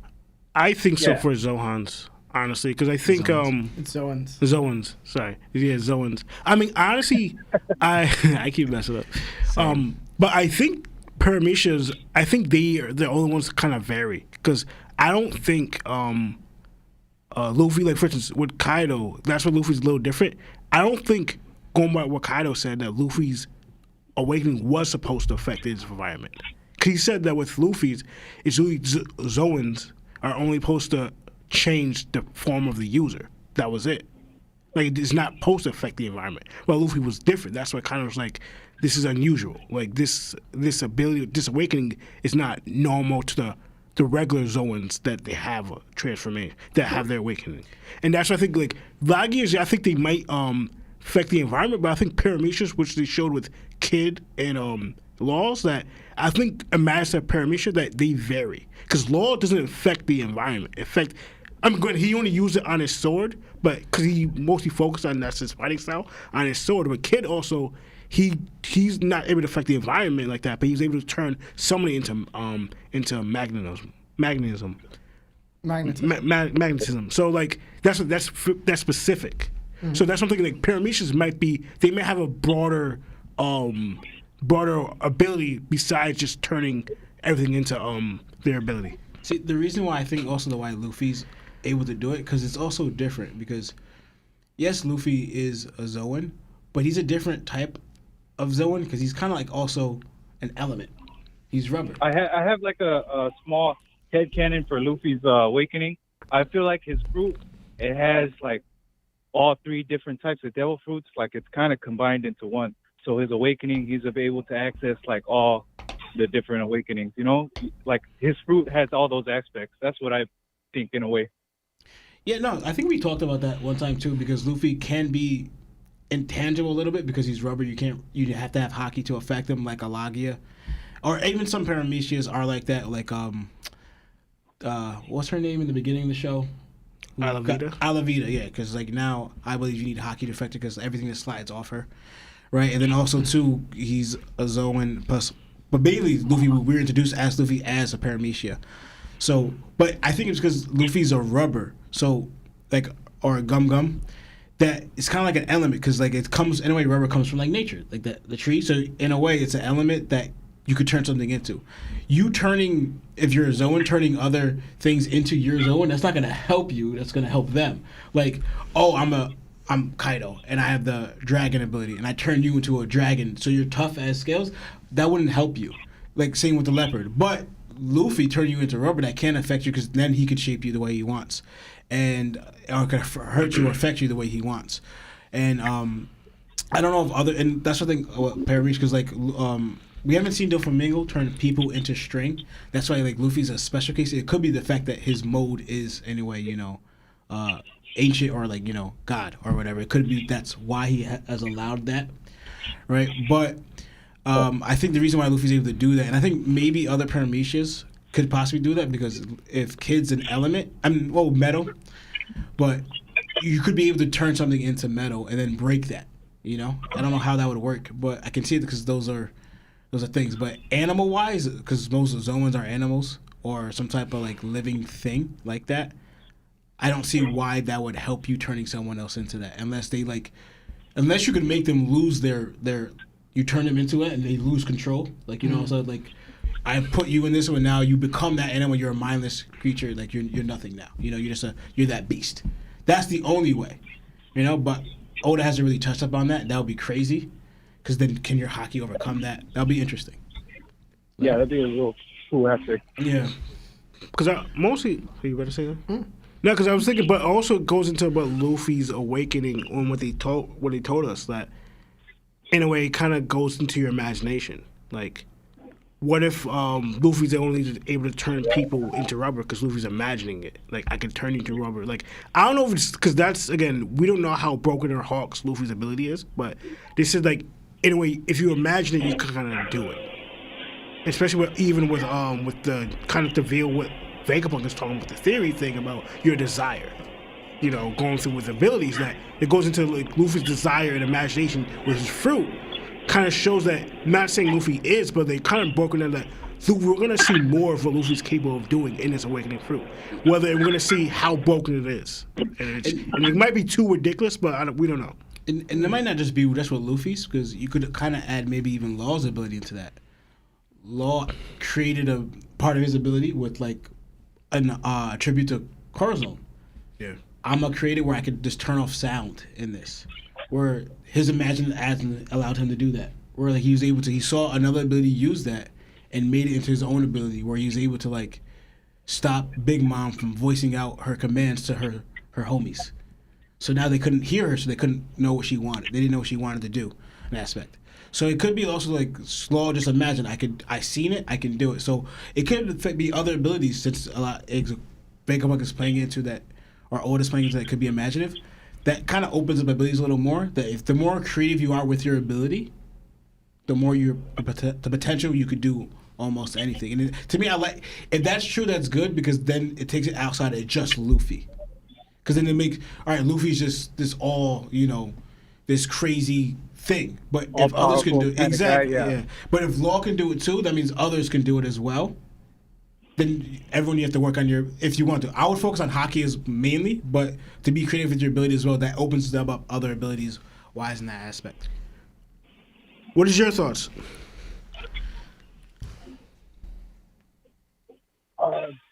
I'm still sticking with the. Oh, my bad, sorry. I said sticking with Luffy. I feel like his and Blackbeard's fruits very special. Like they have the combination of all three types. That's what I'm thinking. We got more of the hockey aspect with this last arc in Wano. So this new arc, I feel like it's gonna go more into devil fruits with Dr. Vegapunk having the knowledge that he already gave us. I think it's just gonna we're gonna get a couple fights, and it's gonna get even deeper into the history behind the devil fruits. Okay. Yeah, that sounds pretty interesting. Yeah, hopefully, because I think that's a need. Hopefully, we get it sooner than later. Because right now, he's playing so much into the history of the abilities with Vegapunk or Rodan. So we should get a little more, and now so we can finally cover what makes the fruits what they are and how they came into existence and the whole lore behind it. Because he's been playing with this lore since the beginning of the show. Because the show started off with abilities, not hockey. Hockey's the main anyway power in One Piece, like the end all be all in One Piece. Actually, but we kind of introduce abilities first. Not necessarily. I know with Shanks with hockey wise, it's kind of like they did it both at the same time. But the one that got more creative with it was, I guess, ability wise, but also because also Luffy though. We saw Luffy eat the ability first before we saw Shanks show his hockey. That's true. Yeah. Well, thank you for calling, man. I appreciate you, Gabe. It's been wonderful hearing from you, bro. Yeah. I'll see you guys in the Discord. Everybody like the stream. One Piece. Thank you. One Piece Talk, they got the best stream. All right, thank you guys. Thank you. See you later, Gabe. Bye. Yeah.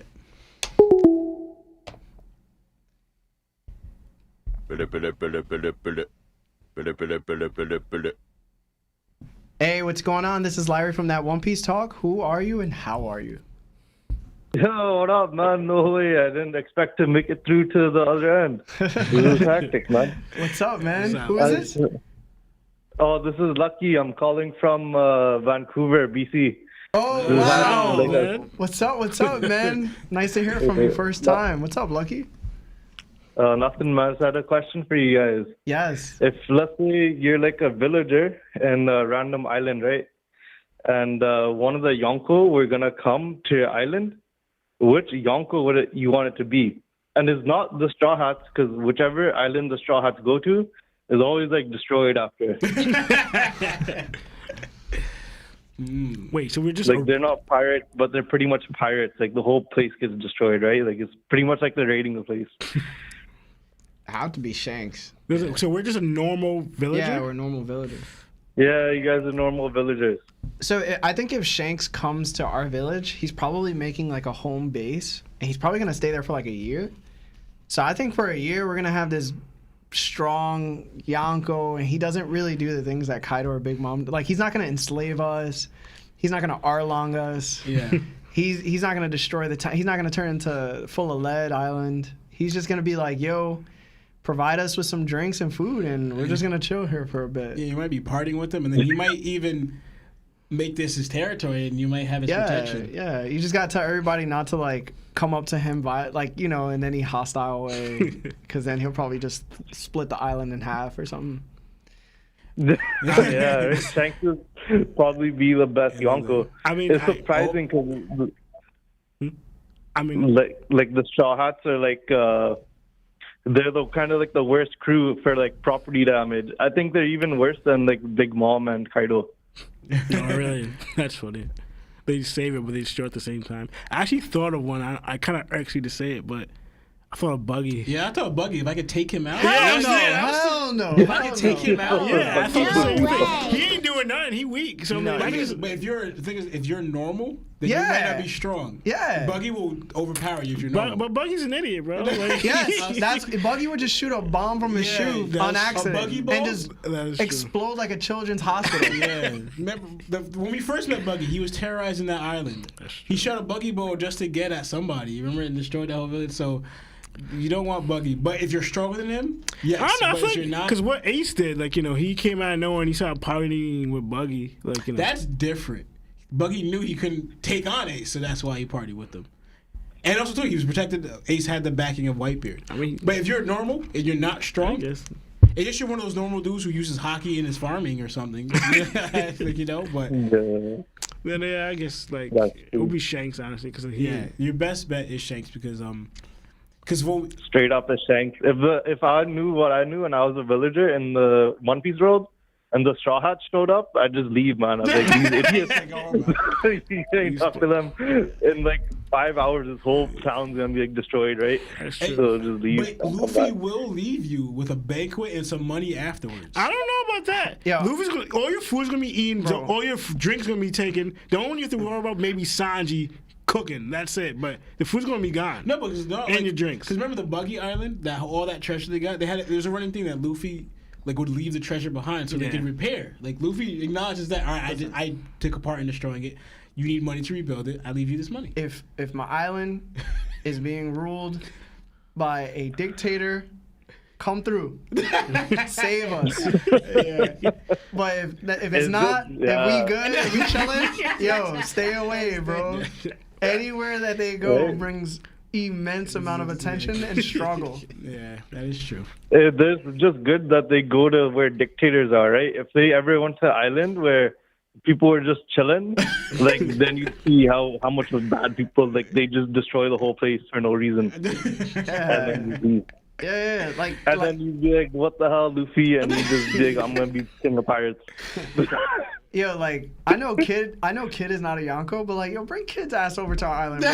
Nothing is going to happen. Guaranteed, crazy. bro. What? Guaranteed nothing's going to happen, Kid bro. is borderline evil. Yeah. But, So you want All Kid right. over Buggy?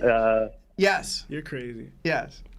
All right, but it was so... That's all I want to ask you guys. I don't want to hog up the line too much, but yeah. No, Sounds awesome. it's honestly, we're honored to have you Yeah, call yes, up, man. Thank you so much, and shout out to your hometown. Yeah, appreciate your call. Yeah. Oh, thanks, son. You guys keep on doing what you're doing. It's great. All right. Take care, you guys. Peace. All right, much you. love, Much man. love. Have a good night. You too. That was so nice. Yeah, that was awesome. Yeah. Oh man. Yeah, they can't go anywhere Luffy's going, bro. It's just too I was much. like, is it really every town he Yeah. Hey, what's going on? This is Larry from That One Piece Talk. Who are you and how are you? Yo, it's Diverse from the Discord. Hey, what's up, bro? Why are you talking like you on 103.5 R&B? Like, you know, you spitting game to me right now. You trying to riz me up, George? What's up, man? How you doing? How you doing? I'm good, man. How about you, man? How you doing? Doing all right. What's up, man? What's your question? All right, so this is mostly for the twins because they don't really be in Discord like that. Yeah. So this is mostly about Kaido's awakening, and like how in the manga he has like this separate hybrid form that he goes into occasionally whenever he attacks Luffy, and he mostly uses it towards the end of the Gear 5 fight too, to kind of like outspeed him and overpower him a few times. Mm-hmm. So I want to know if you thought that was just some form he managed to just make up, or if that actually was his awakening. This question's so hard, bro. I mean, since we saw Lucci's awakening, and he had like a similar cloud thing, like a weird cloud or cloak thing that's going around him that's black and it's like a weird fiery type of thing, and Luffy has it too. I think if Kaido goes awakening, it has to show something similar to that. Because we saw like the other Zoans that are Zoans that are awakened, we saw what they looked like, but they were they lost their minds. So I don't think they're gonna have that same type of cloud thing. But Kaido, since Kaido is definitely mythical, I think he's gonna have something similar to what Lucci and Luffy had, and so and I think his transformation is gonna be different because like Rob Lucci's looks a little different than his normal like hybrid form and stuff. Because he when he goes hybrid form, he's all big and everything, and then he does life return, he makes it skinnier. But his awakening is like a combination of both. Like he's still big, but it's not as bulky. But it focuses on speed, So, but he still has power and everything. But so I think Kaido's should look something similar to that, like the cloudy thing and a mixture of his, like when he gets really bulky, that really bulk form. to his regular form. I think it's gonna be a combination of that, you know, with the weird cloud thing over his person, you know, and maybe look more like a dragon. I don't know if it's gonna, since he's a mythical, I don't know if he's gonna grow, because I always thought like it'd be interesting if Kaido, if he got awakening mode, grew extra arms, decreased his attack power or whatever, or maybe even got 3 heads and one shoots out fire, one shoots out lightning, one shoots out wind. Wait, what are we talking about, Lionel? Well, I'm talking about his awakening. Like, You saying he's just gonna grow 3 heads? 3 heads and more like, arms? yeah. What is he? I thought It's a whole different food is at he this a point. mythical spider? it was a dragon, all right? But yeah, I thought that may be possible, but it was like kind of wild. But yeah, but I think the cloud thing is gonna be more accurate. But yeah, I don't know, man. I was just using my imagination, man. You went out of nowhere. See the vision. I don't know where. Anyway. Yeah. Honestly, so for Dragon, I believe, and as upsetting as it sounds or is, I don't believe we saw Dragon. Oh wow, I keep calling him Dragon because he's a dragon. Kaido's awakening, because from what I know, with Kaido, because I think we would have got worded or noted that, all right, this is Kaido's awakening. Yes. Like we did with like Rob Lucci. I agree. Right, and we kind of get with like a Luffy, right? And the also reason why is that Kaido, and again, was essentially looking down on Luffy the entire time, right? And also, it's not just with Luffy, but it was also with even, he would play to whoever he was fighting to, right? Like we saw, for example, with even Yamato, his own daughter. When she was in hybrid form, he would go hybrid form. When she went to base, he would go back into base, right? And then he's fighting people he doesn't believe to be on his level or that could really fight him. So what would be his reason to go in? Because to me, Kaido kind of wanted to enjoy these fights. Yeah. So him going in awakening would be too much. It's like, I'm not going to enjoy this at all. I'm going to be too strong. And that's what Kaido, why he was doing this. Like, wait, hold on. He wanted to, like, he would let himself get hit for these reasons, you know? Because he could choose not to. Because a few stuff we saw him dodging. We saw him, like, but he chose to because he wants to feel that he's in a fight. He wants to feel that energy, like that fight. Like, he wants to enjoy himself. Because later on, he starts playing to a little bit, he started enjoying himself with Luffy. He goes, I'm starting to enjoy this. Because Luffy's lasting longer, you know, in the fight. Pause. So, in that way, so, like, even when Luffy went Gear 5th, his own awakening, we didn't see much of a difference of what Kaido did when he was fighting beforehand. We didn't see a different form. We didn't see him do anything new. It was kind of the same thing, and that's when Luffy even started like challenging Kaido even more. So, and then we saw that even that magma form on his dragon form. To me, I don't believe that's his awakening. No, it was just like him, because also I believe his awakening form. For example, what I noticed, the blast breath he does, he only does that in his full-on dragon mode, right? He did it in his hybrid form. He did do it in his hybrid Yeah, mode? he did He blast did in breath his in hybrid hybrid form. form. He did it Yeah. against Yamato. Okay. And he did it against Luffy in his hybrid form. Remember when Luffy was talking ish about saying why you dodged? Okay. Then he hits Luffy and he's, Okay. yeah. So playing into, like, for example, even though, like, Lionel brought up what Rob Bellucci's awakened form looked like a bigger version than his hybrid form, right? It looked. No, I said it's a combination because like Of his his hybrid hybrid form, he's form. bulky, but when his awakening, it was like it looks similar to when Rob Lucci did Life Return and he looking skinny. Yeah. But it wasn't as skinny as that. That's what I'm saying. It was a combination of Rob Lucci's doing Life Return and his hybrid form. Yeah. Like it was his awakening looked a combination of that to me. Yeah. That's what I got. But the thing is, like, the Awakens kind of show, like, because to me, he kind of looked like not really a new creature, but like you could tell a big difference, right? Because even though when he went to his hybrid form, Lord even said it, that's probably his hybrid form. Like, you kind of easily identify it, right? But when Rob Lucci went into his awakened form, even Vegapunk was that form. The strength, something stood out in that. So I think we would have saw that with Kaido even more, like a new, like a form, a creature that doesn't look, because you could kind of tell the hybrid form. He looks half human. He looks half dragon. Yo, Lauren's spitting, bro. Right? or the awakened form with Lucy, he looked like a new creature. So I think with awakening, that's kind of like, even with Luffy, he looks different. He looks like a new, like, what is that? Yeah. So I think with Kaido, we would have saw something was like, what is that? It doesn't look like a hybrid form. It doesn't look like his dragon form. It looks like something more. It looks like something different. So as for and I believe the reason why Oda didn't give us what I believe, Kaido's awakened form is because I don't believe Luffy would have been strong enough to beat that form. Even his Gear 5th. Kaido would have been too strong. Even because Luffy barely beat him or didn't really beat him. He kind of like ringed out him now. Kaido in his awakened form, how does Luffy beat that? You know, in Gear 5th, like Luffy died in a way, and then also got knocked out of his Gear 5th and had to redo it. So Luffy was hanging on his last strings. Kaido goes his awakened form is just game over. Like, you know what I'm saying? It's like I got nothing left, and you just went on a form even more stronger than I've been fighting. Yeah. So that's why the only way. So yes, it's disappointing to us, but that's the only way. And again, it goes into like, and that's why I said that my little problem with One Piece is that I'm sorry, I keep ranting. That Luffy has not fought an opponent like him in that aspect. Every person that Luffy fights looks down on Luffy, right? Luffy doesn't fight a person that's going all out like how Luffy would go all out against. And I would love to see that Luffy fight someone who recognizes, no, this is Luffy I'm fighting. I'm putting out all the stops, I'm going everything, instead of fighting someone that looks down on me, like I'm goofy, I'm stupid, I'm a kid. We've seen that constantly in One Piece. But I think that would be more of a challenge to Luffy if he fought someone who was crazy strong, but it's going to give that tenacity that Luffy brings too. Conqueror, user, and all. You get what I'm saying? What about you, Diverse? What do you think? So what's it called? I've said this before, but I think that like that second form that he showed off, I guess people are calling like hybrid V2. Like he gets bulkier and like his face changes. He gets like the bigger nose, the swirling like flame dragon eyebrows, and the sharper teeth.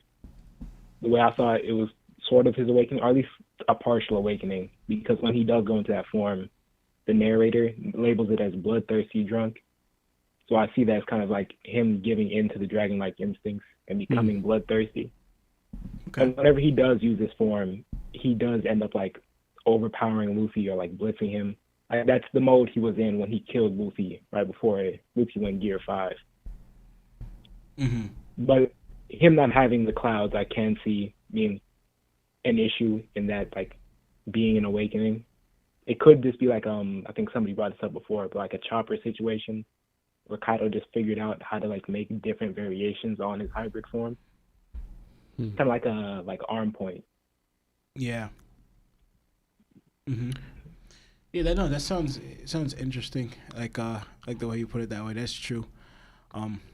Because also it's just tricky because Kaido also uses clouds present because he uses it to like fly or whatever. Yeah. But I don't view them as the same as the ones that we've seen with Raluchi, with Luffy, and even Yamato.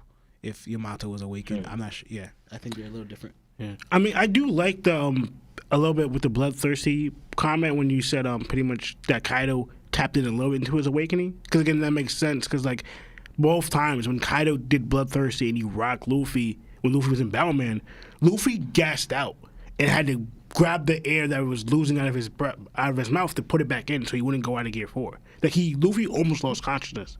And that's again maybe a little bit Kaido tapping into his awakening. So not even Bowman can withstand my attack. Then later on Kaido does it again and he kills Luffy. So it just like shows like Kaido just an all-time monster that clearly Luffy was not ready, not strong enough to beat. And like so Kaido kept on downplaying himself to fight Luffy and showed us like, yo, Luffy wasn't ready to fight Kaido. Regardless of all these power-ups that Luffy got, Luffy wasn't strong enough and ready to beat Kaido yet. And Oda just showed us through like how much time Kaido weakened himself to fight Luffy, and he didn't even go all out to fight Luffy. Yeah, I mean, I don't know, man. To me, Kaido's the Kenpachi of One Piece. I think he literally just plays to his comp, and when Luffy powered up, he took it more seriously. And I think that he takes it more seriously in comparison to like who he's fighting, right? Like a lot of people like to mention like the whole Zoro aspect. Like Zoro was able to cut Kaido, and he scarred Kaido, and it looked like a better feat than Yamato. And then they make up, the aspect of Kaido's, Yamato's his daughter, and he wasn't going all out, and it kind of like it's all up for interpretation at this point. But I know that for one thing, Kaido has never taken anybody seriously. And he just let himself get hit all the time. So when I think about the awakening aspect, I kind of agree a lot with what Lawrence was saying, was that if Luffy didn't have the ability to push Kaido further, He wasn't going to go any further, even though he had a lot left still. Now, when it comes to the awakening, I think that goes into play as well, right? Like, he could have dodged Luffy's fist, but he just chose not to at the end. Yeah, he said he could dodge, but he said I just take it instead. Yeah, and even then, I still don't think that Luffy would have been able to push him down the way he did. And the only reason he did was because he started thinking about the Joy Boy stuff. And he was starting to come back to the realization that he just wants to be killed or he wants to be defeated in some grand way. And he felt at that point that was the grandest way to go out. He didn't have to go all out against this person because it was already confirmed in his mind that this person he was fighting was Joy Boy. Why would I need to go all out against the person I want to beat me? Yeah. So it's really hard in that general aspect because Oda, again, I think it's nice that he leaves things for our curiosity. But when it comes to situations like that, and you make Lucci an awakened user, I need clarification. Yeah. I need to know if Kaido is awakened or not. It should never be left up to the reader to digest that information and be like, what happened? Because that just gives you that same Marine Ford feeling where like Mihawk had a really bad showing, but somehow, some way he's supposed to be comparable to Shanks. It's like, well, that didn't make sense. So I need things to be more solidified from Oda. And I think that he didn't use Awakening, and I do think that he did have it, for sure. Yeah. Same. Yeah. Yeah, I believe he had it, just chose not to use it. Because, like, just during Kaido, like, he's a king disposition user. Like, he had a strong mentality. Like, Experience. Yeah. Battle-ridden. He's a prodigy. Exactly. Everybody likes to use that for Lucci, right? Oh, he's a prodigy. Oh, he trained. Kaido, prodigy from the get. 2. Probably just like 10, 15. Yeah, he's been fighting with top-tier opponents who are Conqueror's hockey users at the age of 15. Who has Lucci been fighting? We no idea. But I think it goes back into that general aspect of requirements for your Devil Fruit. Yeah. So most likely a lower subclass of Zoan takes a little bit less to activate than it would like a mythical. And there's certain things that Luffy probably needed to have, like the Voice of All Things, the Conqueror's Haki, the Rio, and such, in order to activate Nika's full capabilities. Without it, he probably never awakens, right? Yeah. So since Lucci's such a lower form of Zoan, he's able to awaken that Devil Fruit more than Kaido would. But Kaido has everything. He has the ability to, be a prodigy. He has the battle experience. He's the only character in the show that's a Devil Fruit user that's literally stated how Devil Fruits work. Yeah. Yeah. So for him to be like, nah, my personality, because I just wanted to commit seppuku to some degree, keeps me from like having my mind catch up to my body, sounds ridiculous. Yeah. But one of the things though with Lucci, I think. Sorry, go. I was gonna say I agree with Larry about like lower classes of Zone being easier to kind of tap into, because like I can go to the zoo and look at a leopard right now and be like, all right, that's how a leopard's supposed to act. That's something you can get into the mindset of. Whereas like the mythical and ancient zones, these are things that don't exist naturally, like that you can find in nature. You really just got to be able to tap in like that. Yeah. You know what's crazier too? I just want to point out, there are different awakenings. I do want to point that out. It doesn't always have to be the cloak. Like the cloak might be the mastered form of a zone, right? Okay. Yeah, that's true. Where we have the impel down guards who were awakened, but they didn't have the cloak. But they've lost their consciousness to the animal inside the Devil Fruit. You know what I'm saying? I don't think that... See, this is the thing too. Even if Kaido awakened, there's no way in hell he's losing his mind to that dragon. No. Yeah. He has the most overpowered haki of all time. His willpower is insane. He even states willpower rules the world. Yeah. And I know people like to use that as an excuse too. They're like, yo, he was so focused on haki that he never really depended on his Devil Fruit. He never really thought that he needed to take his Devil Fruit that far. And I'm like, every time we saw Kaido fight, he was using his Devil Fruit. Yeah. Yeah, he was. So that doesn't even make sense either. I don't know. I feel like there's a huge hole that we're missing, but there does seem to be different forms of zones, and then there's mastered forms of zones. Because we can even go back to, like, this was one of the questions earlier. Chopper, pre-time skip. Was he awakened? No. So I think Monster Point was a forced awaken. I don't think so. You don't think so, right? No. Okay, but if it wasn't awakened, that means he lost his mind to one of his transformations, which was an awakening. So it does seem like if your willpower can't match your next transformation, you'll get taken over anyway. Okay. But also, because I think you're 100% right, but also Chopper's case, like, what plays into it, why it probably made him do that way, because it wasn't a natural way to do it. He forced it through drugs. Yeah. You know? Yeah. So that could have also why you're going about trying to reach this form without you using your will. Yeah. You're trying to force drugs into it. Your will plays no part into it. Yeah. Why Chopper would lose his mind to that, you know? But I was going to go to the Rob Lucci. I was going to say, what's called, like, post-time skip Monster Point, the reason he is in control is because, like, he changed his mindset when he, like, read the newspaper and saw that Ace died. And then the whole 2 years of training. He even says that when he gets back to Sabaody, he's like, you know, I decided to fully give in to the monster if it means helping Luffy. So I feel like that's a change of will, or like an increase of will and change of mindset that let him control Monster Point to a degree, even if he still has to use the Rumble Ball to get into it. Yeah, because before he was scared of it, and now he's like, no, I'm going to try to conquer it. But yeah. But I was going to the Rob Lucci thing. I actually thought, like, it made almost perfect sense for Rob Lucci to have Awakening. And, like, I completely forgot about Rob Lucci with him come to Awakening Zoans at all. When he came, when I saw it, I'm like, and this actually makes perfect sense because, again, going to the mind, Rob Lucci's a martial artist. He's trained in discipline. Like, you discipline your body, your mind, all that for martial arts and for achieving certain goals.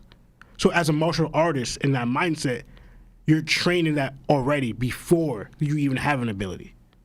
So, like, I don't know when Rob Lucci got into his ability, but, like, since as a martial artist mindset and his training, to me it made sense that for him to even have an Awakening. It did, because, again, he's a martial artist. Just like if you think of any martial artist in the One Piece world who's trained and disciplined, their mindset's probably going to be stronger than I'm not saying as a Kingdom user, but a regular person, because they're disciplined in that art. Like Sabo's mind, like even when he said the center thing, like Sabo's mind is focused and a lot stronger than it was younger, not because it's hockey also, but also because he's trained in disciplined martial arts. I mean, I'm not gonna say that's not true, but what I will say is somebody also trained for 2 years. You know what I'm saying? And somebody also is a prodigy, and that's Luffy. You know what I'm saying? And for Luffy, we know that when he was training, he got trained by Rayleigh, top of the game trainer, right? Then he went and got into a couple fights that were actually really tough. Like, he actually needed to grow. I can't say that it makes sense for Lucci to do it when Luffy had a hard time doing it and didn't do it until he fought a Yonko. You know what I'm saying? So it's like, who has Lucci fought? And that's my main thing. It's like, I need to know, you can train all you want, but I don't think training's going to push you to that limit, because ultimately you have to be challenged. But that's the thing. Who's challenging him? Himself? But that's the thing with Awakening. Might as well awakened it pre-time skip. But that's the thing with Awakening. Did they say that you need to be challenged and trained for the Awaken? I would think so. They said that for hockey, but they never clarified that for Awakening. They said your body had to catch up to the fruit. And your mind. Yeah. But the thing is, too, it's like Chopper trained and caught up. You know what I'm saying? Like, he did some training, but he only got to another form of his overall Zoan. Like, for Lucci to just skip, like, you got to notice, like, how many levels of transformations do Zoans have? It's usually about, what, like 4? About? Like 4, the most? I thought they got their beast form, they got their hybrid form, they got their honestly, I think there was only 2. Nah, and there's certain man, people. there has to be more. 3. Yeah, but there's people who alter their Zohans. Like, for instance, Rob Lucci has another one because that's mostly with life return. Yeah. Yo, but that's the thing too. It's saying like, okay, so Lucci, out of everybody that's crazy great, was like, yo, I'm not going into any other forms. I'm just gonna go into this one. He has multiple forms. He has the cat one. He has the hybrid form. He has the life return one. He has the bulky one. That's like another one. That's like 4. I think that's just all the bulky one. Zohans. I think Zohans could just do that because Kaido did it. I think the bulkiness, getting more bulky, I think that's just an animal trait. Listen, type bro, of thing. the only way I'm gonna accept this awakening is if it was done through like some type of rumble ball or Blutz waves, the same way like Bulma hit Vegeta to turn Super Saiyan 4. Or his like fruit takes less to awaken. That's the only way I'm accepting this, bro. But I get There's you with the no whole way Luffy he thing. should be able to do it. I get the whole Luffy, but Luffy's not a martial artist though. But Luffy, really put more discipline in Luffy's training. Even like Luffy trained by himself and trained when he was younger, but Luffy never had like Bro, Luffy I don't never care had. about none of that No, it's martial true, arts though. training, bro. No, but think is, look at this. Jinbei would get bodied by Gear 4, and he a better Fishman karate user. My bro. point is, I don't care about my that, point is bro. like, for instance, Luffy's mind wasn't disciplined. Oh, we gotta go anyway. Okay. Verse, we gotta go, man. I didn't even look at the time. All right. All right. Oh, my bad, y'all. Nah, it's good. It was a good question. Thank you so much, bro. All right. Have a good night. Yeah, you too, man. All See you right, later. Marv, can you let me know what the super chats are? Yeah, they went away. Fanboy? Nah. Fanboy? Nah, what did he say? You want to just, I don't know. I can't see it, Marv. Oh, can you read it, Marv? Or not? And they can hear you?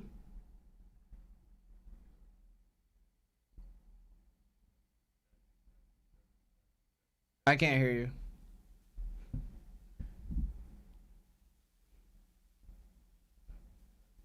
Testing. Oh, I can hear you. Okay.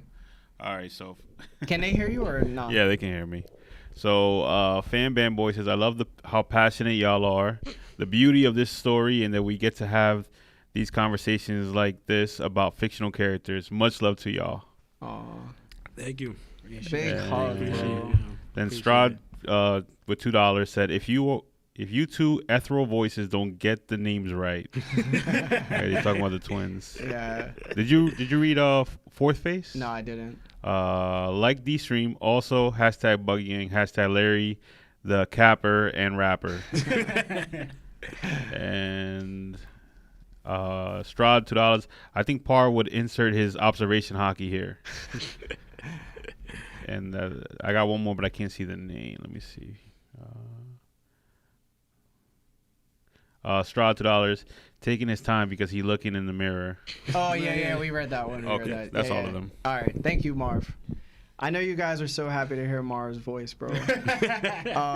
Just want to say thank you, guys. Thank you for joining us on this episode. Next episode is actually going to be episode 80, which is kind of crazy. We're going to be 20 episodes away from 100. Wow. So I just want to say thank you all for joining us tonight. It's been our pleasure.